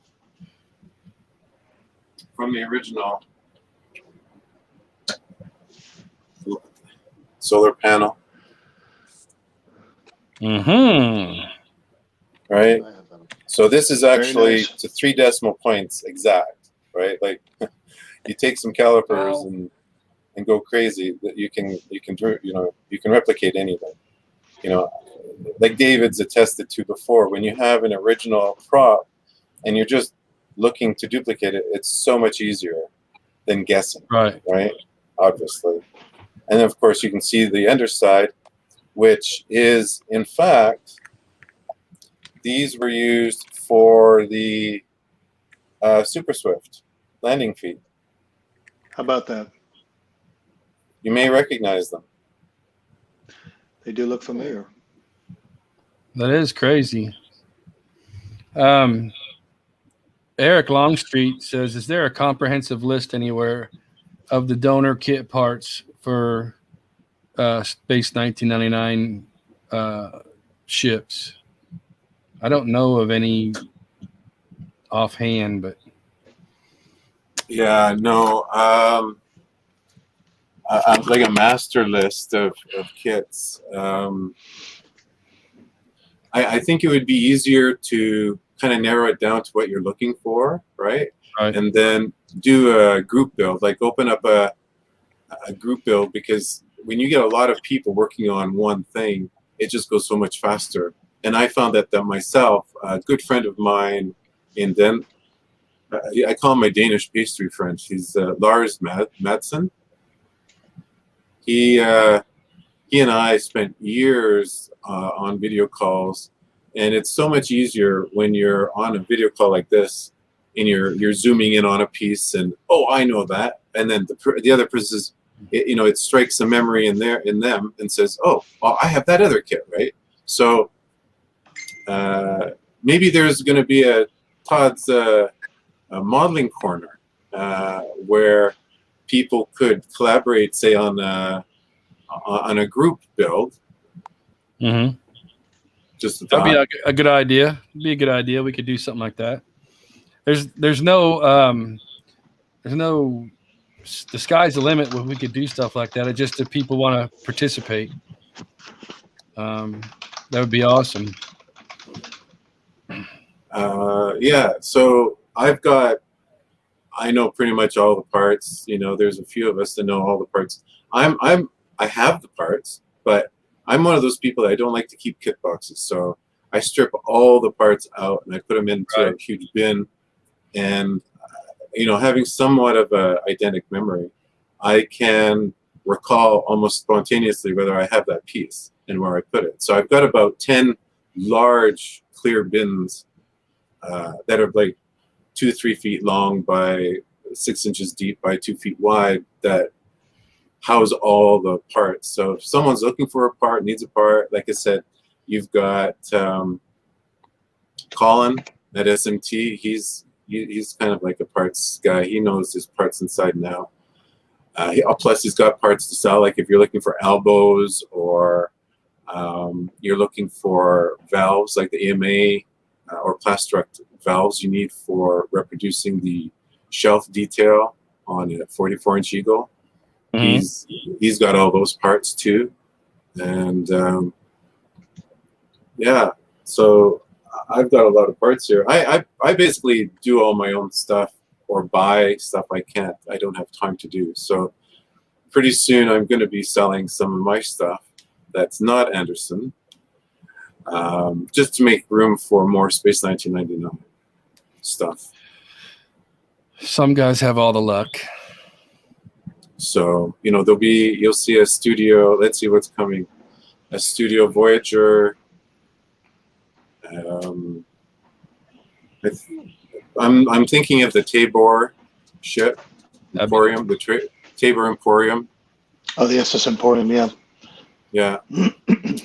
Studio scale. And then something outside of that would probably be Terrahawk's Space Hawk Studio scale. So. Yeah, I'm looking forward to the 148 scale Voyager 1 that Todd's trying to make arrangements with. Yeah, I'm about to. Yeah, I hope it's. I just talked to him a while back, and he said it's coming. So I don't know. I know the designer of the Voyager that you're talking about, Todd. So I'm not sure. Is it still George who's going to be producing the kits? Yes. Okay. Yeah. Okay. Yeah. Well, then he worked with Jeffrey. Yeah. But I think he said last time I talked to him, the parts are all in, and he was waiting on just something else. I don't remember what it was, but he redid the. It was going to be aluminum parts on there. I think he went to white metal or something like that. I don't remember but hopefully soon, because I've been moving that kit every month for a year now. Yeah. But you made the initial announcement at Wonderfest 2019. Yeah. I know I just sent Jeffrey a part that he didn't have for Voyager. So it's the last part that he didn't have. And it's for the leg. And you really can't complete the landing gear without this piece. So he's now got the what's the English word for that? Vintage part that he needs for the landing gear. So maybe that's going to flow through and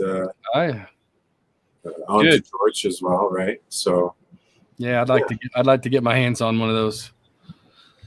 It's quite impressive. So if I do my math right, the 148 scale will have the main body will be a 5-inch diameter main body top, which is a good size for a shelf, right? Yep.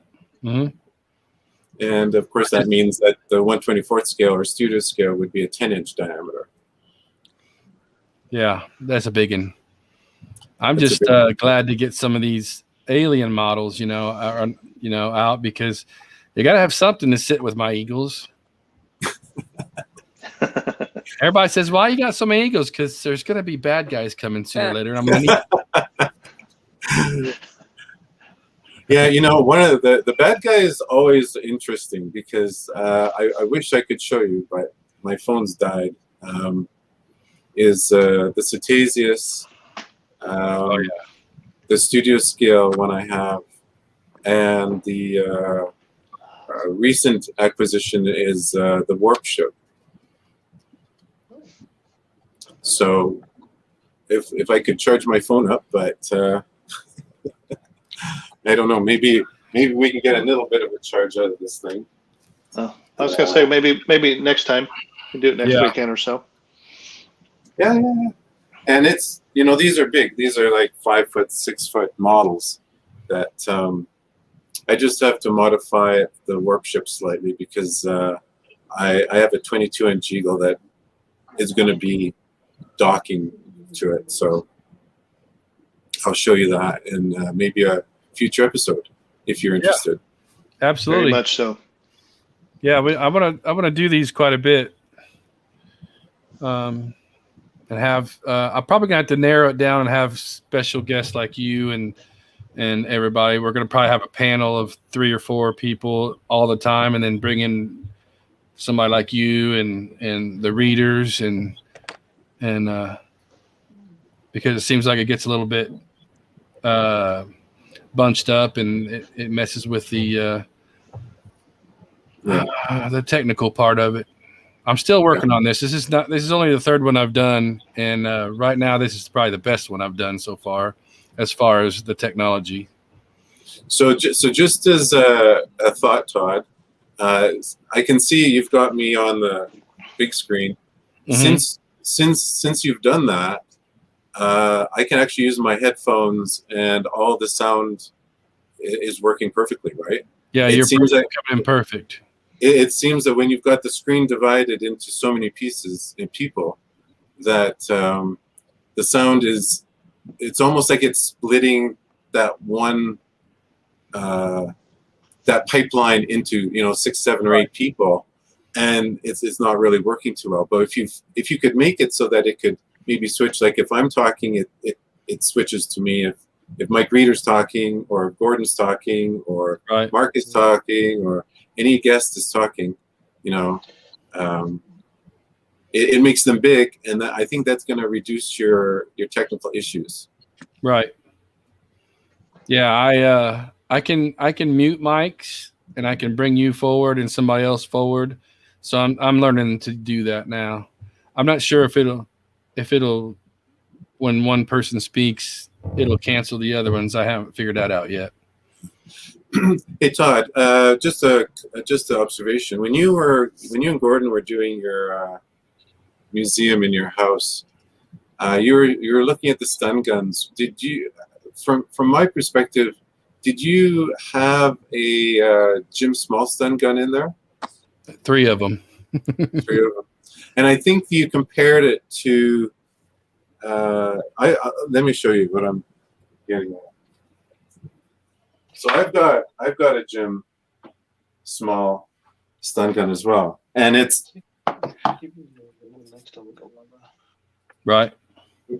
So it's really got the right shape for the most part, and the only thing I feel is that it's really tiny,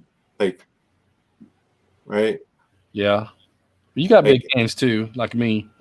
Well, no, I got small hands actually. Do you? I got small hands, and if you know if you ever shook Martin Landau's hand, you know his hand is substantial, right? Like your hand gets lost in his hand. It's like he's got a mitten or something. He has a huge hand. So, I hope that, I guess the point I was trying to get to is that with these new stun gun and comm lock kits, do you have any idea of what size they're going to be, right? Gordon and I, we did a little comparison. Wasn't it the Jim Small, Gordon? Yeah, it's pretty. Yeah, we took Roland Cormier and Jim Small's gun up to round 2 and compared them with the 3D printing of Jamie Hood's right there at the table. And we did some photographs of them. I could shoot you the photographs one day of all 3 of them. It's a pretty good size, I think. But the stun gun itself, the original stun gun, was also rather small to begin with. If you actually look at like Nick Tate's hand on the stun gun, or maybe even Tony's hand on the stun gun itself, there's a number of screen captures that really look like the hand is pretty big on the stun gun itself. It's kind of small. Yeah, well, I tell you what. Well, I'll go get something, and we'll have a few minutes to talk on that. Sure. Lovely. Everybody else all right there? Debbie, Mike, you good? You doing all right? Yep. Yep. Yeah, we're still there. Hello. Hey, your camera and your sound is working really good now. Yeah, cleared up nice. We changed to the phone rather than the laptop's just a Too doorstop. Gotcha. Right on. So Mark's I hanging like in over using there. my iPad. Same problem I have. So this is an original stun gun. Really? So when the stun gun that James Winch owns is from me. So So you're so you that is what do I it was modeled after one of the vacuum form screen used stun guns or the actual Hero? no, this is from the what do they call their background, right? So Yeah, vacuum form. basically- Yeah, it's the vacuum form one. so essentially every time you see a stun gun, whether you're on an Eagle or you're a pilot or you're wearing a spacesuit, or this is the one that you see, right? So if you do a comparison, Oh yeah, much bigger. right?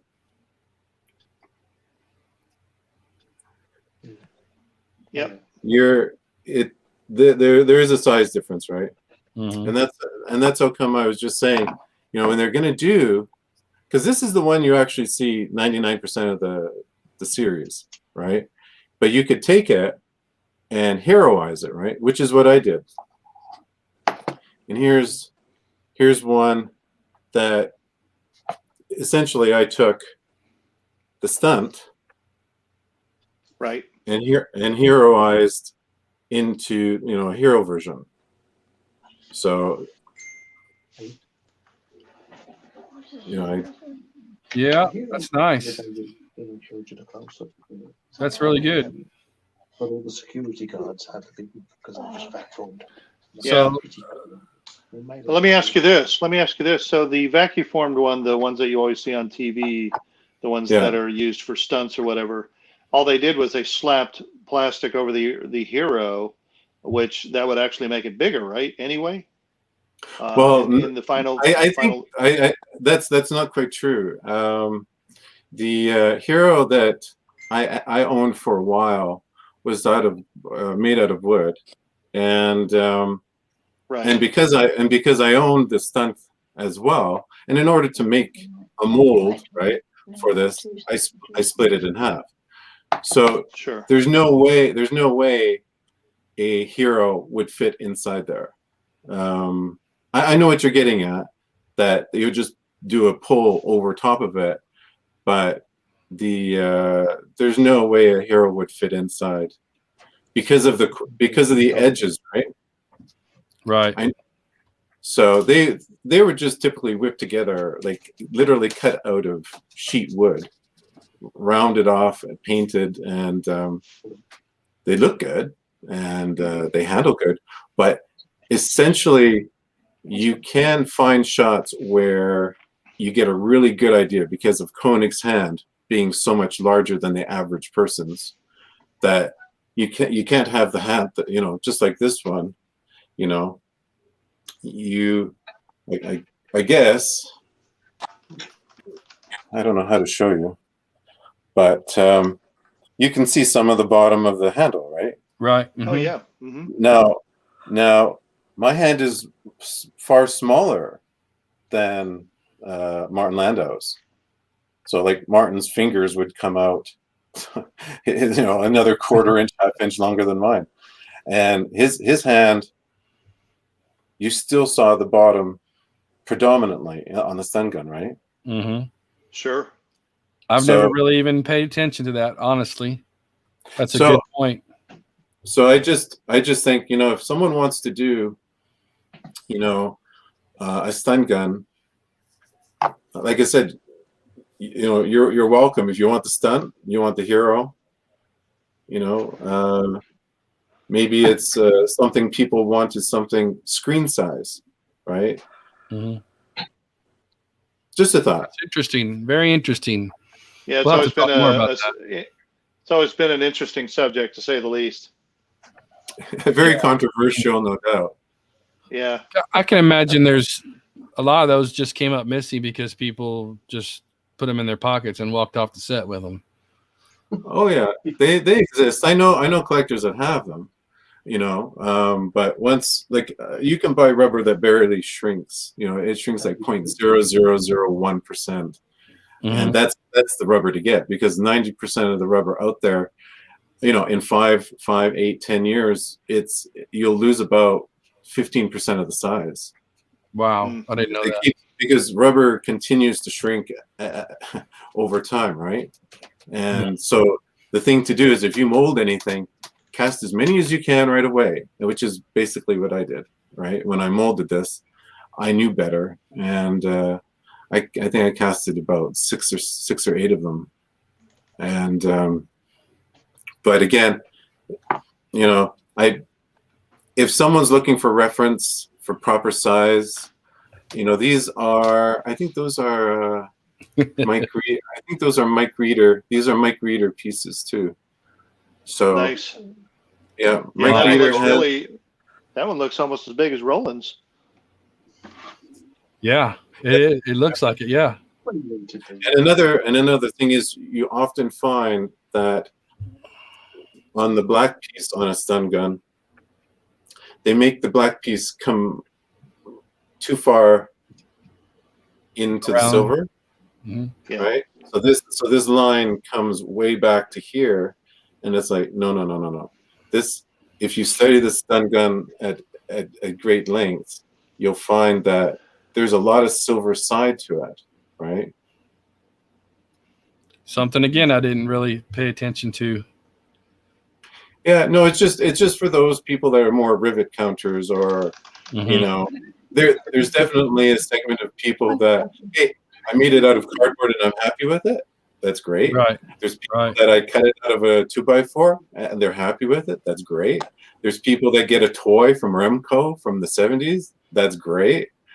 But that thing's a little bitty, though. Good God. I couldn't even hold it with 2 fingers. I remember painting that thing up. And when my parents would take us camping, I would be patrolling the forests by the lake. Oh, yeah. And, it was Space 1999 all the way. And sometimes you just had to. This is the first one I ever made out of wood.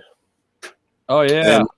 And the funny thing is, if you compare it size-wise to the original, I was almost right on. Yeah, you were. Right. So interesting. I just wanted to tell you, Darren, Teru Yamada from Tokyo. Oh, yeah. He says, thank you for showing many of your making collections in your field rooms and talking very much with us. He's Teru, when we did the 2019 convention, he sent a bunch of his built models to me, and we took them to the convention and showed them off. So he's like a huge friend, and I've still got them. He told me to keep them, and I'm going to send him some stuff. Still trying to do that, but you can't send anything to Japan for some reason right now. So, but he's watching here, and he really appreciates you, what you've been doing today and showing off some of your goodies. Well, I definitely appreciate Teru, because his stuff has shown up many years in magazines and periodically on the internet, and it's such an inspiration to see his work. And he works in such small detail. I think Todd is the caretaker of some of his pieces now. You can attest to the detail of his pieces on such a small scale. And he gets, I think one of the more important thing is he gets the contours right. He gets the proportions right. His pieces are definitely amazing. Todd, if you've got ideas to, like you said, there's going to be aliens coming. Why don't you mold some of his alien ships and make kits out of them? Yeah, I'd have to talk to him about it, but yeah, I'm sure he'd be okay with that.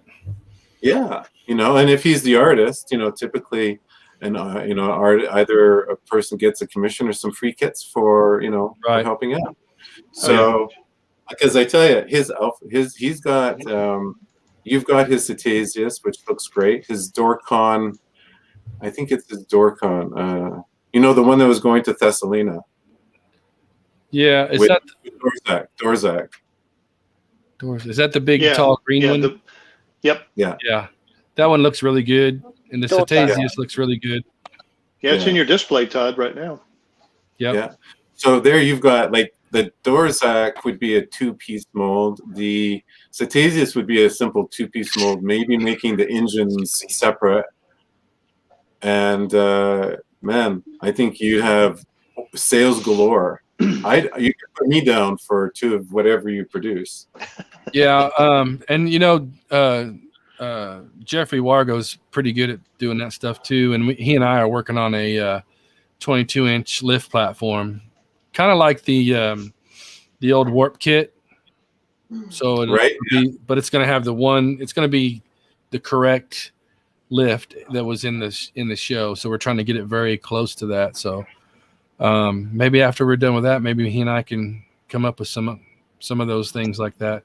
Thing is, you dive into all that stuff, and everybody's like, yeah, I want one.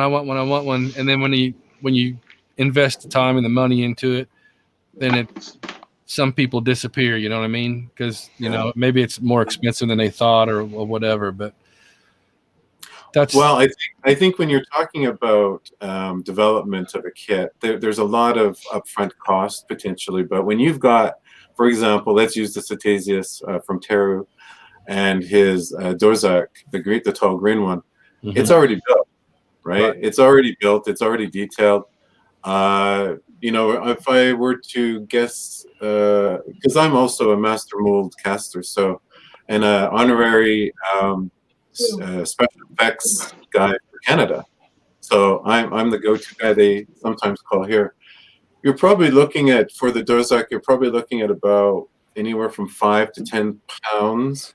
So that's about $200 to $300 worth of rubber. And then if you're looking at Cetasius, you're probably looking at $150, $200 worth of rubber. But yeah, that's it. And then you pump them out, and it costs. You got to pay obviously for some time and graphics and stuff like that. But man, if I had those things, I could pump those out like 20, 30 a day. That wouldn't be an issue. Right. Yeah. Once they're done, once they're molded and everything, it goes pretty quickly. Teru, if you're watching this, convince Todd to mold your ships. Nice. Because they are amazing. And I think that we should all, Todd, you'll have the original anyway, right?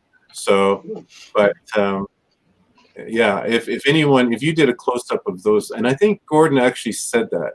Gordon, when you were panning in Todd's shelves, you had said you wanted to do an episode just zooming in on Teru's miniatures.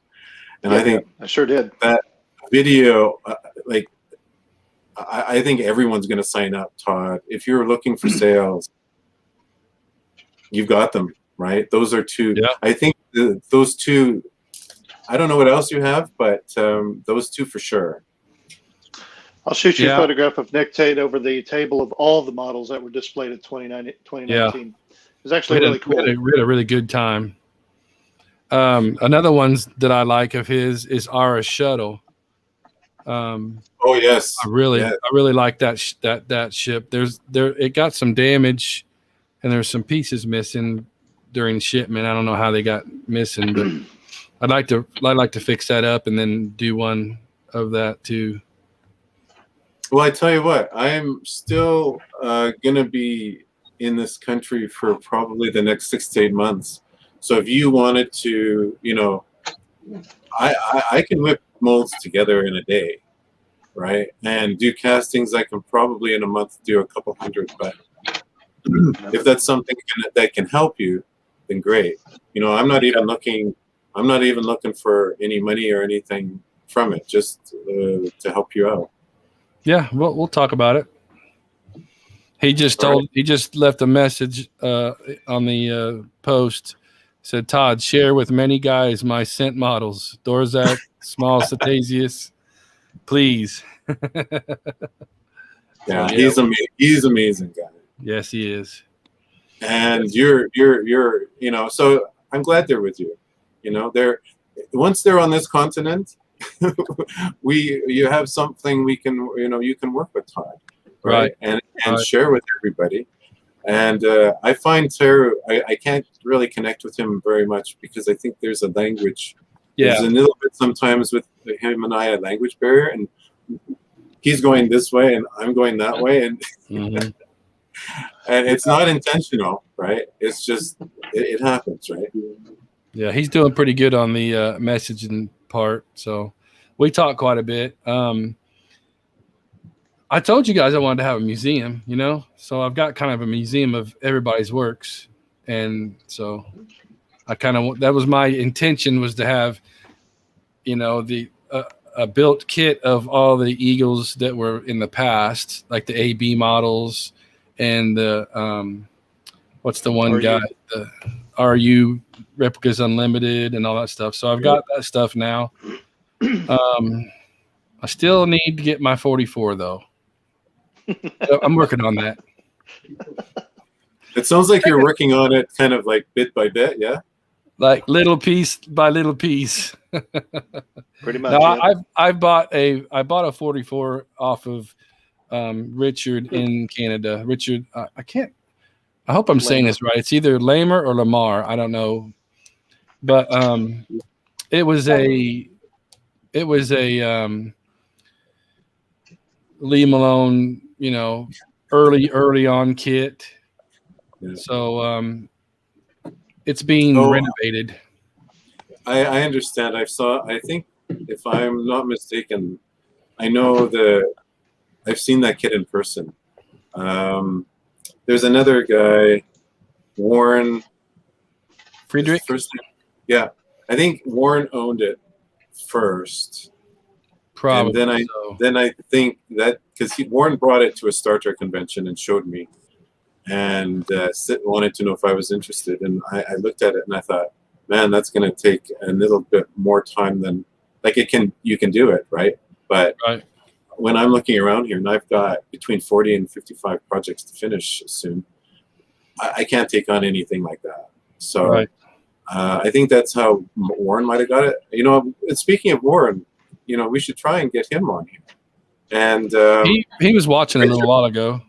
And Richard, man, come on! He's been so supportive of the 1999 genre and model building and collecting that it'd be great to see him too. Aye.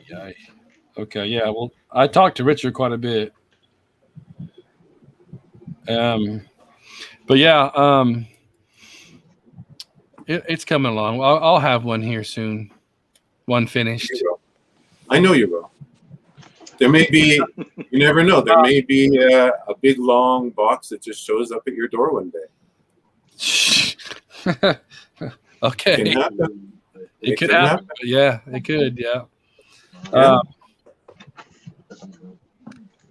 So there's only so much space for this stuff. So. Oh, I know. Right on. I guess I need to put a little plug in here for Props and Ships.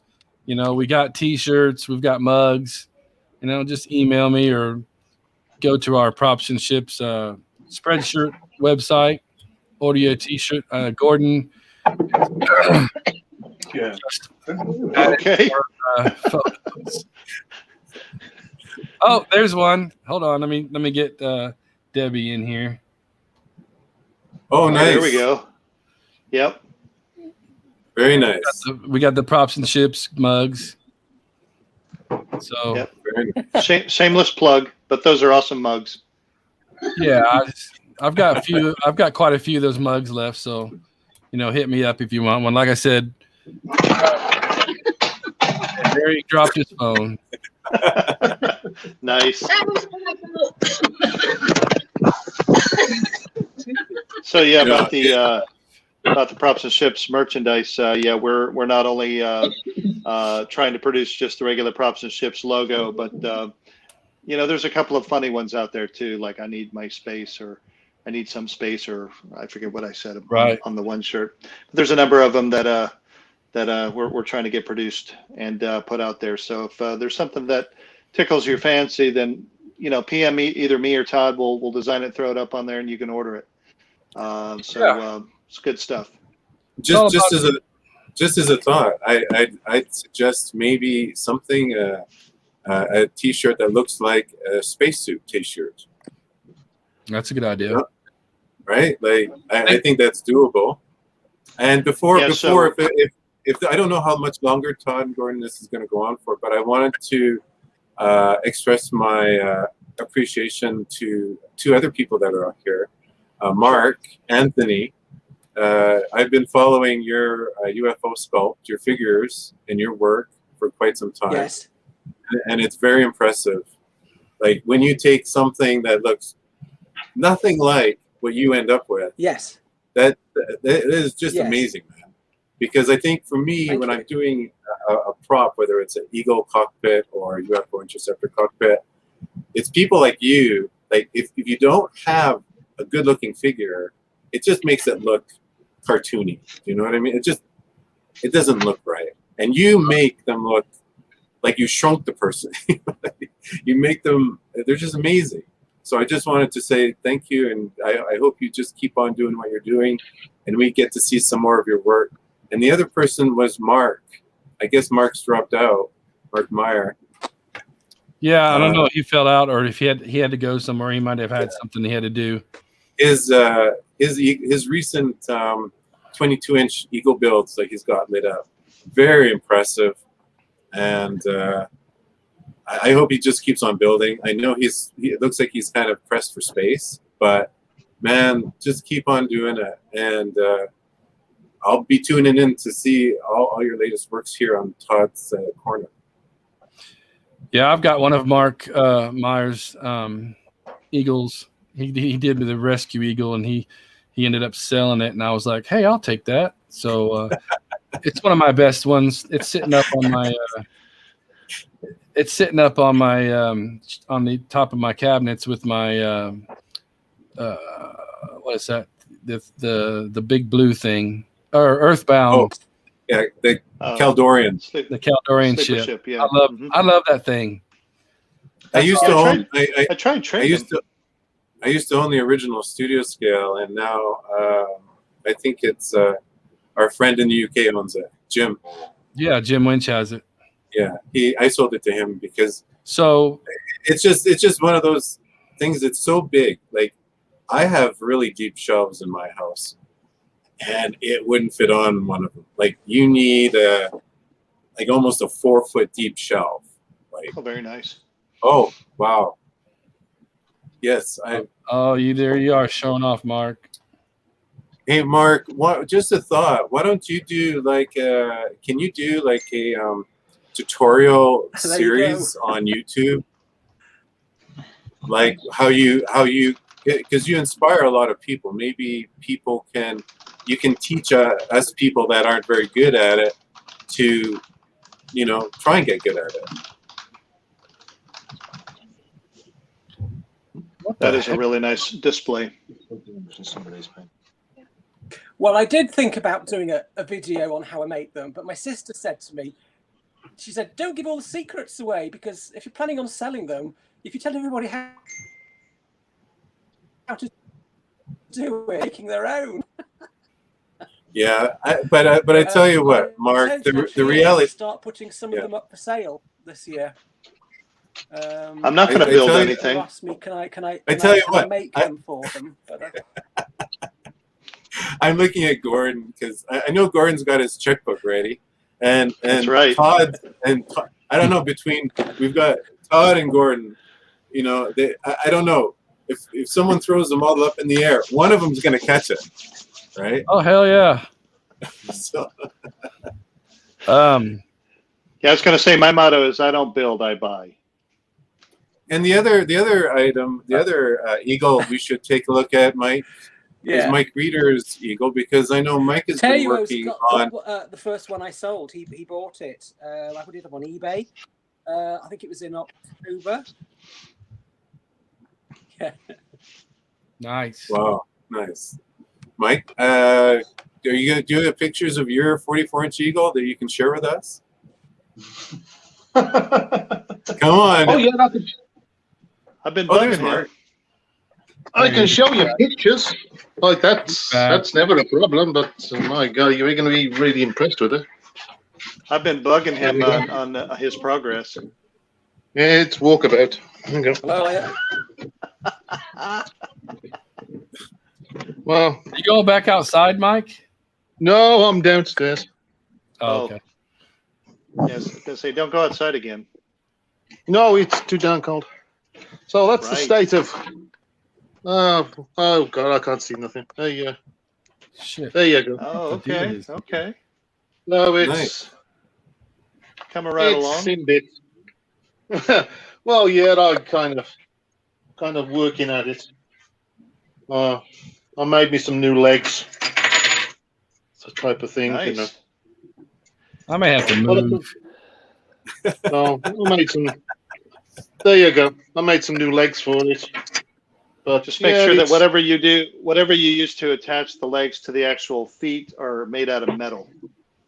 Yes, they will be. Because my resin piece is broke, and I had Lee build me some new ones out of metal for my Rogue. All right. No, these are full metal things. Awesome. But yeah, it's still in bits. I mean, as much as I move mine around and display and everything, I needed something very durable. Yeah. Yeah. So. Nice setup. Yeah. Well, kind of. It's right. This is where I do my stuff. I do other stuff though, but yeah. So yeah. Darren, just to let you know, I do some things. I apply decals, and that's about it. And glue broken bits back on. Yeah. I'm a little hesitant about the glue thing because you got to hold it in place, and I don't have the patience. That's why I just can't do it, man. I give it to Todd. Hey, Todd, Mike, can you help me? Can you help a brother? Hey, Darren. Hi. Darren, it was really cool seeing some of your stuff, sir.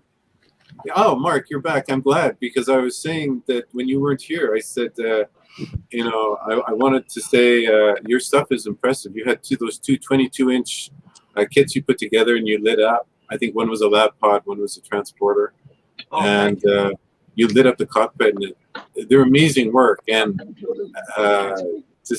maybe one of these days what we're going to do is I've got too many, I think it's my last count was 1999 models that were over 44 inches. And maybe having an Eagle meet or a 1999 prop meet here once we're all vaccinated and able to travel. Yeah. Because I can't transport all that. It would cost, the cost would be like almost $20,000 to ship all that. So that I can't do that. We could do a GoFundMe account. Todd. And we're going to have it in Todd's hometown, right? Yeah. Todd's house. Yeah, that's good with me. Yeah, I'd like to do that. We get through this COVID thing and we start making some plans, that's for sure. I was going to tell you, Darren, also, I am going to be doing this same thing in Star Trek props and ships soon. That's my Star Trek thing, and Mark is a part of that.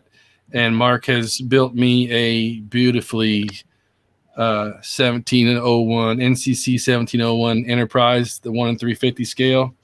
Oh, wow, nice. And it looks just like the 11-footer. I mean, as far as I can tell, it's. I could put it next to it and say, "Oh, baby." Well, I'll be excited because I'd like to join that too because Trek is like I said, when I went down to visit Paramount in 1991, they were shooting Generations at the time. Nice. and Quark's Bar. What stage 19, I believe, was Quark's Bar. Oh yeah. This is beautiful. And you know, if you ever want to go to LA and go to Paramount, just let me know, because I have a gold card. I can go on the studio lot anytime, anywhere. And I'll introduce you to Mike Denise Okuda, introduce you to Greg Jean, anyone. This is open, of course. My dude. Esteemed guests here. You know, you want to go. What you need to do, if you can, once this COVID thing lifts, is to you want to get down to Ticonderoga, New York, to the Star Trek original series set tour. Right. And James Cawley, great guy, he has recreated to the last detail the Paramount filming studios for the original series. I've been down there 3 times myself. The first time, actually, William Shatner was there the whole weekend. And it was a surreal experience being on the bridge and taking pictures with Shatner and walking through these sets. So once this COVID thing lifts, I mean, you got to get down there. I'll probably be down there later on this year again. Cawley, his name's Jim Cawley. I got to invite him to. He's a member of the other Star Trek board that I run, the Art of Star Trek. But the one with Todd, I got to invite him to that too. Okay. The guy has done a phenomenal job, and the Okudas have been down there, and you know, I've met Doug Drexler down there. I've met the Okudas down there, and it's something you really got to see it to believe it. And now he's working on Star Trek: The Next Generation sets. So on one side, you're going to be able to go off back into 1966, and then on the other side, 1987, where he's recreating all the Next Generation sets. Nice, Wow. nice. Well, Wow. like I said, if you guys are interested, I just finished buying a house in Mesa. So I'm going to be doing a lot of traveling back and forth. And of course, LA is only an hour and a half, an hour, depending on how fast you drive, from Mesa. So it's only a couple hours. You know, and if you guys happen to be in LA, that's where Mike and Denise Okuda are. That's where Paramount is. That's where, you know, if they're doing anything new, we can go and take a look at it. And Greg Jean, of course, he's kind of in Hollywood. He's the top of the modelers, right? He's been doing that job for like almost 40 years. The Close Encounters of the Third Kind, you know, you name it. Greg's done it all, right? So he's definitely the guy, and he probably has one of the largest Star Trek original prop collections in the world.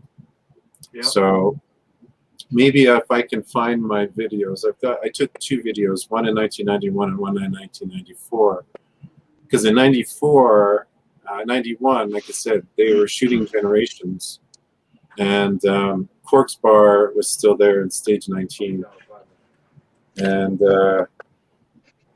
Michael and Denise were there. They used Mac for all their graphics. They were on the 2nd floor, just above 19. And then, of course, Greg, he's near Marina Del Rey. So it's in a secret location that I almost didn't find it because I got lost. And I had to call him up and said, I'm sitting in basically a parking lot. How am I supposed to find it? There's no numbers on the streets. There's no names on the streets. There's no numbers on the houses. There's no names on the houses. Like, how am I supposed to find your shop? And he said, okay, just go down this street, 2nd right, turn in, go up about 100 feet, turn left, and yeah, there he was. So I think he'd probably enjoy a small contingent. Plus, we could probably go take a look at my friend's. He's got probably the largest sci-fi collection of sci-fi in the world. Well, in North America, because Jason's got the largest one in the UK. And if we go to the UK, of course, I'm sure Jason would be open to a small contingent of us showing up. And man, he's got props like aircraft hangar full. Like he's got 2 of these where literally you walk in one and you're walking on about 2 to 3 feet of merchandise, like toys, figures, and they're all still in the packages, right? And he's like, no, come in. I'm like, I can't step on mint condition. He's like, no, just here we are walking over thousands of dollars worth of merchandise, and that's I think is one. And then the other one, he's got the Millennium Falcon cockpits and grief. Yeah, he's got so much that whether you're in North America, basically LA's, we should really go to LA, and then if we're in UK, we'll go to. It's just about an hour north of London, Heathrow. So you'd enjoy it a lot. Speaking of London, Heathrow, I think the next Space 1999 convention is going to be there. So if that happens in 2022, I will be in the UK. And I'm going to be a fan and not running anything so I can just go crazy. At the last two conventions, I was part of the team along with Gordon and Roy. So we were pretty busy, and Nick Tate, I was kind of his sidekick, and he kept me busy too. There's the other one too here, guys. You don't have to go that far. Is Calgary Expo, where here in my city we have a huge sci-fi following. So we had almost, I think it was 600,000 people 2 years ago, the year just before COVID. And we're talking, I think we had 20 guest stars or 25 guest stars. Like this, the city I happen to live in is huge. So I hear all this about Wonderfest, and it's great and it sounds great and I'd love to attend one. But then I'm like, well, I've got one right here in my backyard, right? Because you've got 20, 30 actors. It's you've probably got close to 400 or 500 vendors. You've got an art room. You've got photo ops. You've got dinners with the stars. You've got breakfast with the stars. It's really, if you do decide to come, I think it's being held. It's called Calgary Expo. This year, I just saw them. They're trying to rope me into doing some panels, and I'm not interested. Like you, Todd, I just want to enjoy hanging around and going and coming when I want, right? Right. And if you're on schedule, you're missing out so much, right? Like you're doing something, but you're missing out on everything else, right? Right. So, I agree. While we're on the subject of guest stars, I've tried to get a hold of Nick Alder. We're friends on Facebook, and I've messaged him a few times, but if anybody knows him or he would answer you, I would love to have an interview with him. He worked with Brian Johnson on a lot of Alien, Space 1999, all that stuff. He would be a really good interview. I think that would be an excellent idea, Todd. A lot of these people, though, are like, if it's really you're in the right place at the right time. Like you'd have to be in the UK, he'd have to be at home, you'd have to be allowed to visit him. You'd have to ring him up. Like I could probably get a message to him, but I'd like to do something like we're doing right now. Just get him on the online and let him talk away. Where's Brian these days? Huh? Where's Brian Johnson? I'll have him. Me and him are good buddies. Yeah, because I could just give him a call up. He'd probably just join us. Yeah.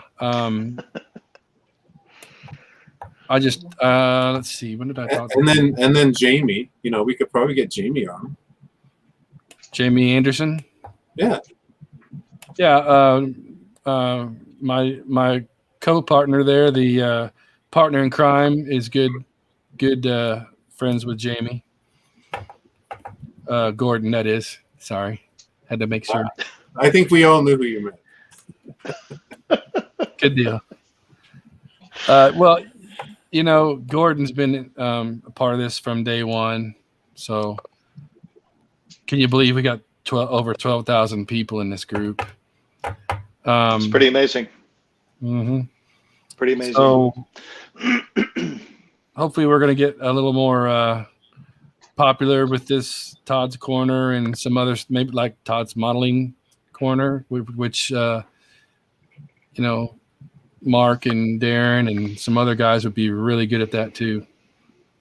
I think if you, Todd, if you guys, you and Gord consider, like, this is a great forum. It's kind of like we're sitting around, having a drink with each other, just chatting away. But if we were to get people like, yourselves, but Mike Reeder, Mark Myers, David Sissons, myself, people that build as well, because then we're coming, and then we all focus on a model. Basically, we've got an hour or two of really good development time, right? We might only identify a couple pieces, but we're a couple pieces further ahead than we were before. Right. And that was the idea. That was the idea behind the format of the particular show here, is to kind of focus on somebody's really awesome build. Maybe follow a few techniques, see how things are done, and basically give the audience some pretty good secrets or some good experience on what to do with enhancing your own build. Right. I would just be the host. I wouldn't be taking in any of this information because I don't build. I buy. Well, you're a very important part of this, then, because if you're trying to raise money, then that's definitely. But we've got like Mike, right? If he's doing the machine metal parts for what's required on a prop, Mark's got his painting and model building and his lighting skills. I've got molding and casting behind me. If we were to all pull our resources, it would be probably 1 to 2 months and we'd have a model. And then, Todd, you could decide, or the group could decide, is this something valid to go forward with a kit? Right. Because we basically did all the development work together. So, at minimum, maybe we get each a kit out of it, but the rest go for sale, right? Mm-hmm. Hey Yeah, guys, I'm good with sorry to that. interrupt. I got to go, and I just didn't want to just not show up. So, thanks. Good seeing you Hey, guys thanks. again. And Thanks, it's been Mark. Great. I look forward to next time. You guys are awesome. See you, Good buddy. Sunday, Mark. Take care now. Take care, Mark. Yeah.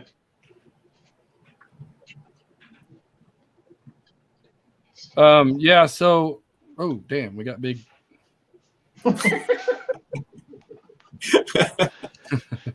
IT is still a bit of a mystery to Todd, I think. Well, no, it's got different screens I can pick here, so I could go like this. Put him at the helm of the That Enterprise didn't and see work. what happens. Oh, I'd be all over the place. Left turn, Clyde. Your other left. Yeah, your other left. Your military left.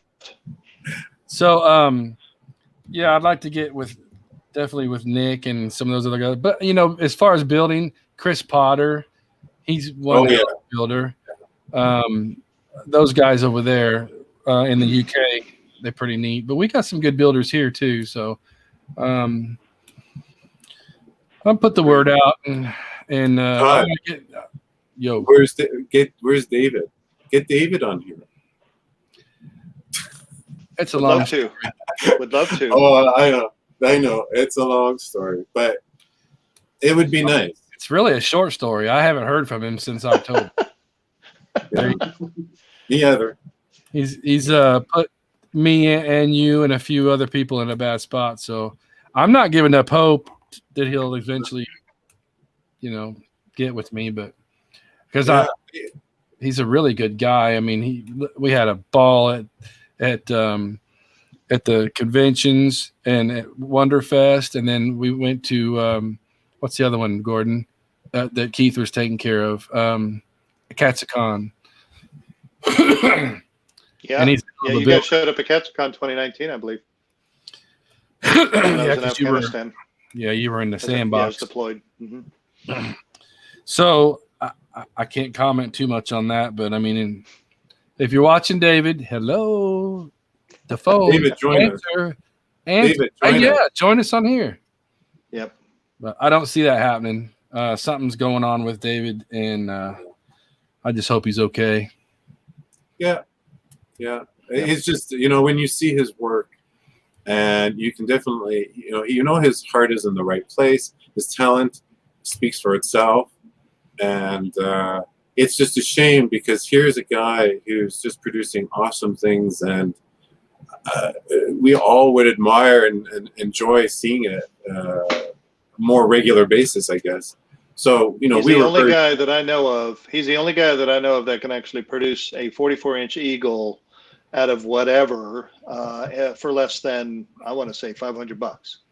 Yeah, that one he had at Wonderfest that year was all wood. Even the platform that it sat on, it was amazing. It was all materials that he had available that he pretty much made out of scratch. It was amazing. People like that are and Jeffrey too. And Jeffrey, because Jeffrey is when it comes to his 3D drawing skills and his development of his models, his 3D models and his models, right?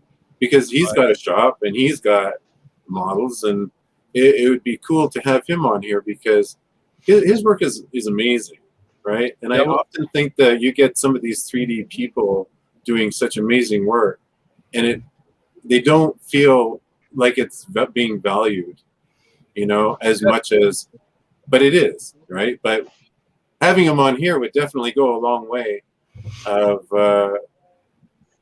because you should see his 8-foot sea view, his 4-foot sea view. Oh, I know. I've seen it. And his castings are amazing. I don't know what he uses because I've used, I thought, every product in the movie industry known to man, but his castings are made of something else. Like, I've never seen material like this. It's almost like a plastic, but it's like a glass. It's like a glass, but it's a plastic. He's definitely good at what he does. It's amazing. It's just amazing stuff. So having him on here would be amazing. Yes, and sir. George, get George Takats on here, right? George, if you're listening, jump on, buddy. Yeah, George GT, where are you? Yeah, exactly. Come on, George. Yep.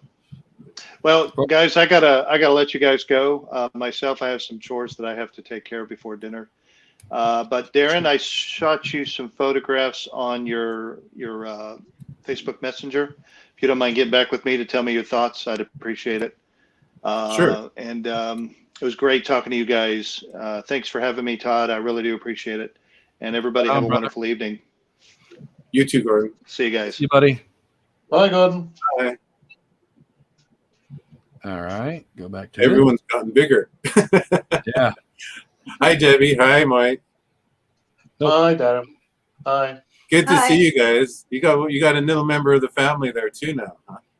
Oh, this is an old member of the family. Yeah. She was whining at the neighbour, so we brought her up for some reason. I don't know why. Gotcha. Great stuff. Yeah, I have lots of plans for this this stuff. Finding the time to do it. My job is very demanding.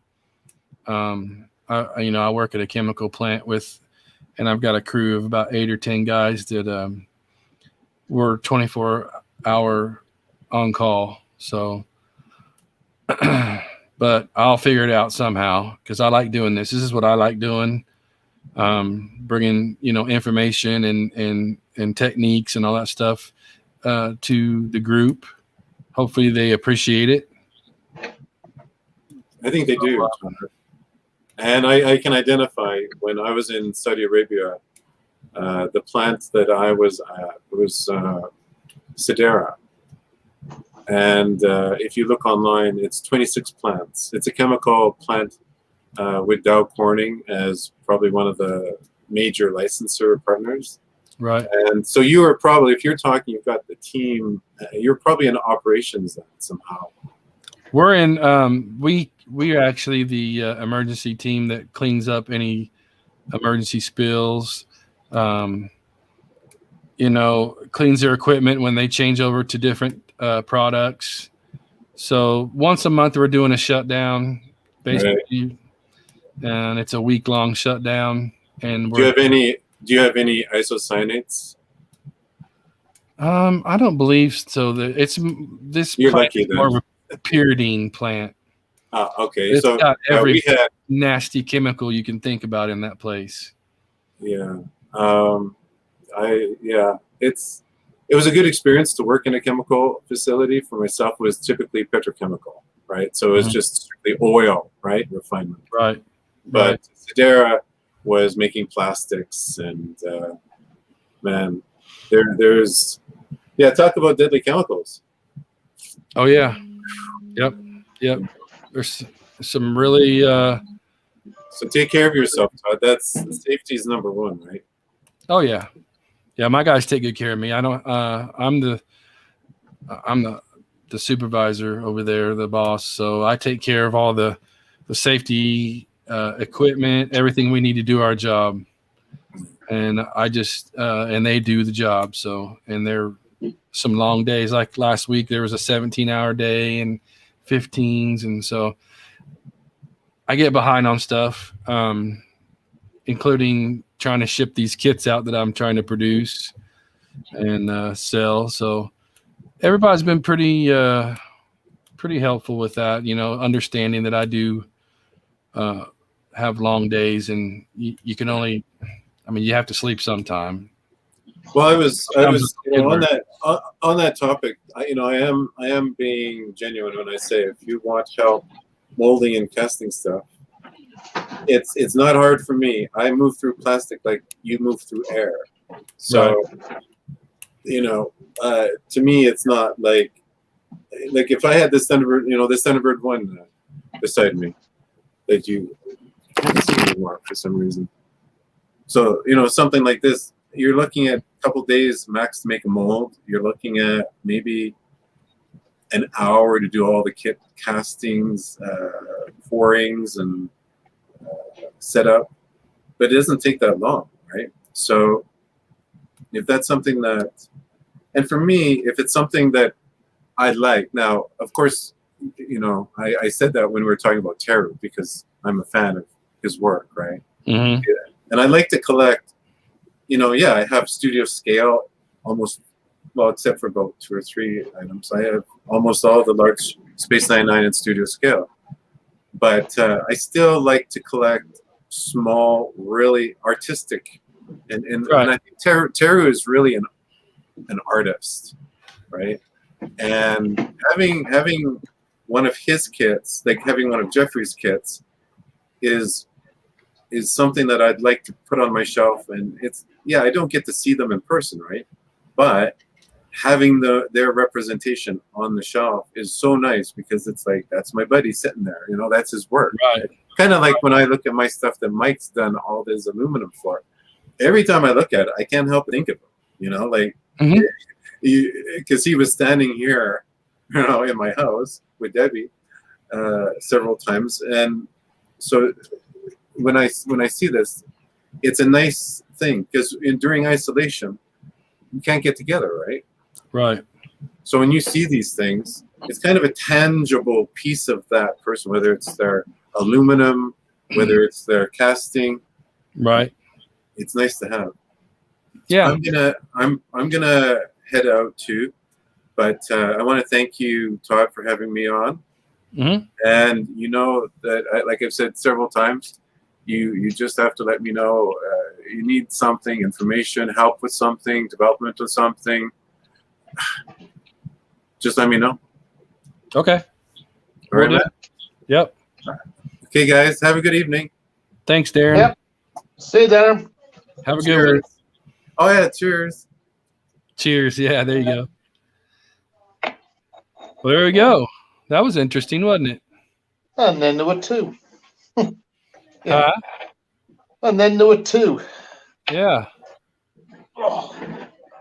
So I'm gonna back up here and tell everybody a little bit of information I had come in from BP Taylor. That extended piece on the back of I guess I'll just show you. Yeah, that bottom picture, you'll have that whole kit. So there you go. Can you see that? I don't know if I did it right, did I? Hold on. Let me share my screen again. Share screen. And I want to do a tab and that. And okay. So the bottom ship, the one with the long tail, that's what you're going to get in the kit. And if you want aluminum for that, you'll have to talk to this gentleman here called Mike Reeder. He's got a message. You can message him, but I think you like the emails better, right, Mike? I'll work with both. I've got my own Facebook page. That's just Mike's Machining, or email, or Messenger. A lot of people catch me on there as well. So I'm easy to get hold of. So get on my post for the Eagle ship, Eagle 1B kit, and tell me yes, you want it, because I need to get a list going for Mr. BP Taylor. I want to thank him for trying to get online with us today, but it just wasn't working very well. And Mark Craig said he's just purchased a new webcam. It'll be here Friday, so maybe he can stay online with us. Yeah. What else did I want to say? Oh, please subscribe to my YouTube channel, because this is on YouTube also. So all of my videos from now on will be on YouTube. And so if you missed a part of it, or you didn't get to get the live version, you can go back and watch it on YouTube. You know your Enterprise, is it the TOS, or is it the Reaper? TOS. TOS. Did I get you a deflector for that? That'll work. Mark's kind of. Huh? Did I get you a deflector for that? I have a deflector here, but I think it was for the smaller one. It wasn't for the 350. Oh, okay. That's interesting. So you don't have one for the 350? No. But I bet you do. Yeah, I've got plenty. I've got a couple downstairs. I just made a batch, so. Something else you and I have talked about in the past is getting me a stock of your aluminum parts for the 1999 stuff, so I can ship it out directly from me. We've talked about that. I don't know how close you are to being caught up. I'll never get caught up. Like, it's especially since COVID. Yeah, it's just like everybody and his dog is at home now, so they just say, "Hey, can you get me to do one of these? I need to do some of this." That. Yeah, it's just like, because I thought, like, with COVID, everybody be not doing anything or not spending, but no, it's just. Well, man, I've seen some of these builds on the all these groups, and because people are at home and they're building to keep busy. Oh yeah, I've been working every day since COVID showed up. It's essential personnel, so I didn't get that chance. But if they wanted to lay me off and pay me while I'm home with this, I would be doing the same thing. Yeah, that's true. But yeah, I'd like to work towards that one of these days. Get some stock here. That way, you don't have to send it out every 5 minutes to the U.S. As I get empty on stock, I'll just call you up and say, "Can you ship it overnight? I need it today." Yeah, that everything's emergency. That's what I'd like to work on, but it's just getting to that point at the moment. It's just really bad. I'm looking forward to us getting together again, because I enjoy spending time with you and Debbie, and showing up at the house and staying up till 2 o'clock in the morning talking, and then we drive to Wonderfest and stay up. It's always fun. Yeah. Well, I still have the table held from Me when too. we were there for 19, so that's still working. But I don't know. I don't know whether it's going to be this year or it's going to be next year because, like, Close. yeah, because apparently the deal is now everybody's got to have a vaccine or proof of a vaccine jab to cross the border now. So Right. like, So they won't let anybody leave. No, unless they got proof of having this jab. Now I don't know how that works with air travel because that seems to be like you can travel, but they have to quarantine for so many days. But like the traveling across the border by car, yeah, they want everybody to have this jab. So that's going to take a while for us guys. Stupid pandemic. It's really putting. Yeah. Well, yeah. So. Let me see if I got any other remarks to tell. Yeah, definitely join my YouTube channel because after 1,000 members, I can do a whole lot more with that YouTube channel for this kind of stuff. So hopefully y'all. Anybody's watching, please. It's easy to find. Space 1999 props and ships. You can't miss it. I may end up doing a little different with the title because I want to get some Star Trek stuff in there too. But we'll see what happens. Yeah. See what happens. So, heck, I guess we ought to just clean this up a little bit. And I just want to tell everybody out there that's been watching all along with all your comments. Sorry I didn't get to all of them. Seems like we get busy and just start talking. Yeah. But I'll go back and answer some of them here in a little while. And if I can't, then next Sunday will be another chance. You going to be able to join us next Sunday? Yeah, sure. Same time? Mm-hmm. Yep. Okay. Sounds good. All righty. Thanks for joining us, Mike. I appreciate it. Yeah, you're well. Thanks for inviting me. Much appreciated. Okay, see you later. All right, bye-bye. See you, bud. Bye. Okay, it's just me now, guys. I'm signing off. This will be on YouTube if you guys missed any part of it. And leave me a message either through Messenger or on YouTube or here on Facebook and tell me if there's something that you guys want to see of mine that I have or a person that you would like to have join us on this show. So, and I'll make it happen if I can, if it's possible. So, hey, thank you guys. This is only possible with you guys. And I'll see you next Sunday. Peace out.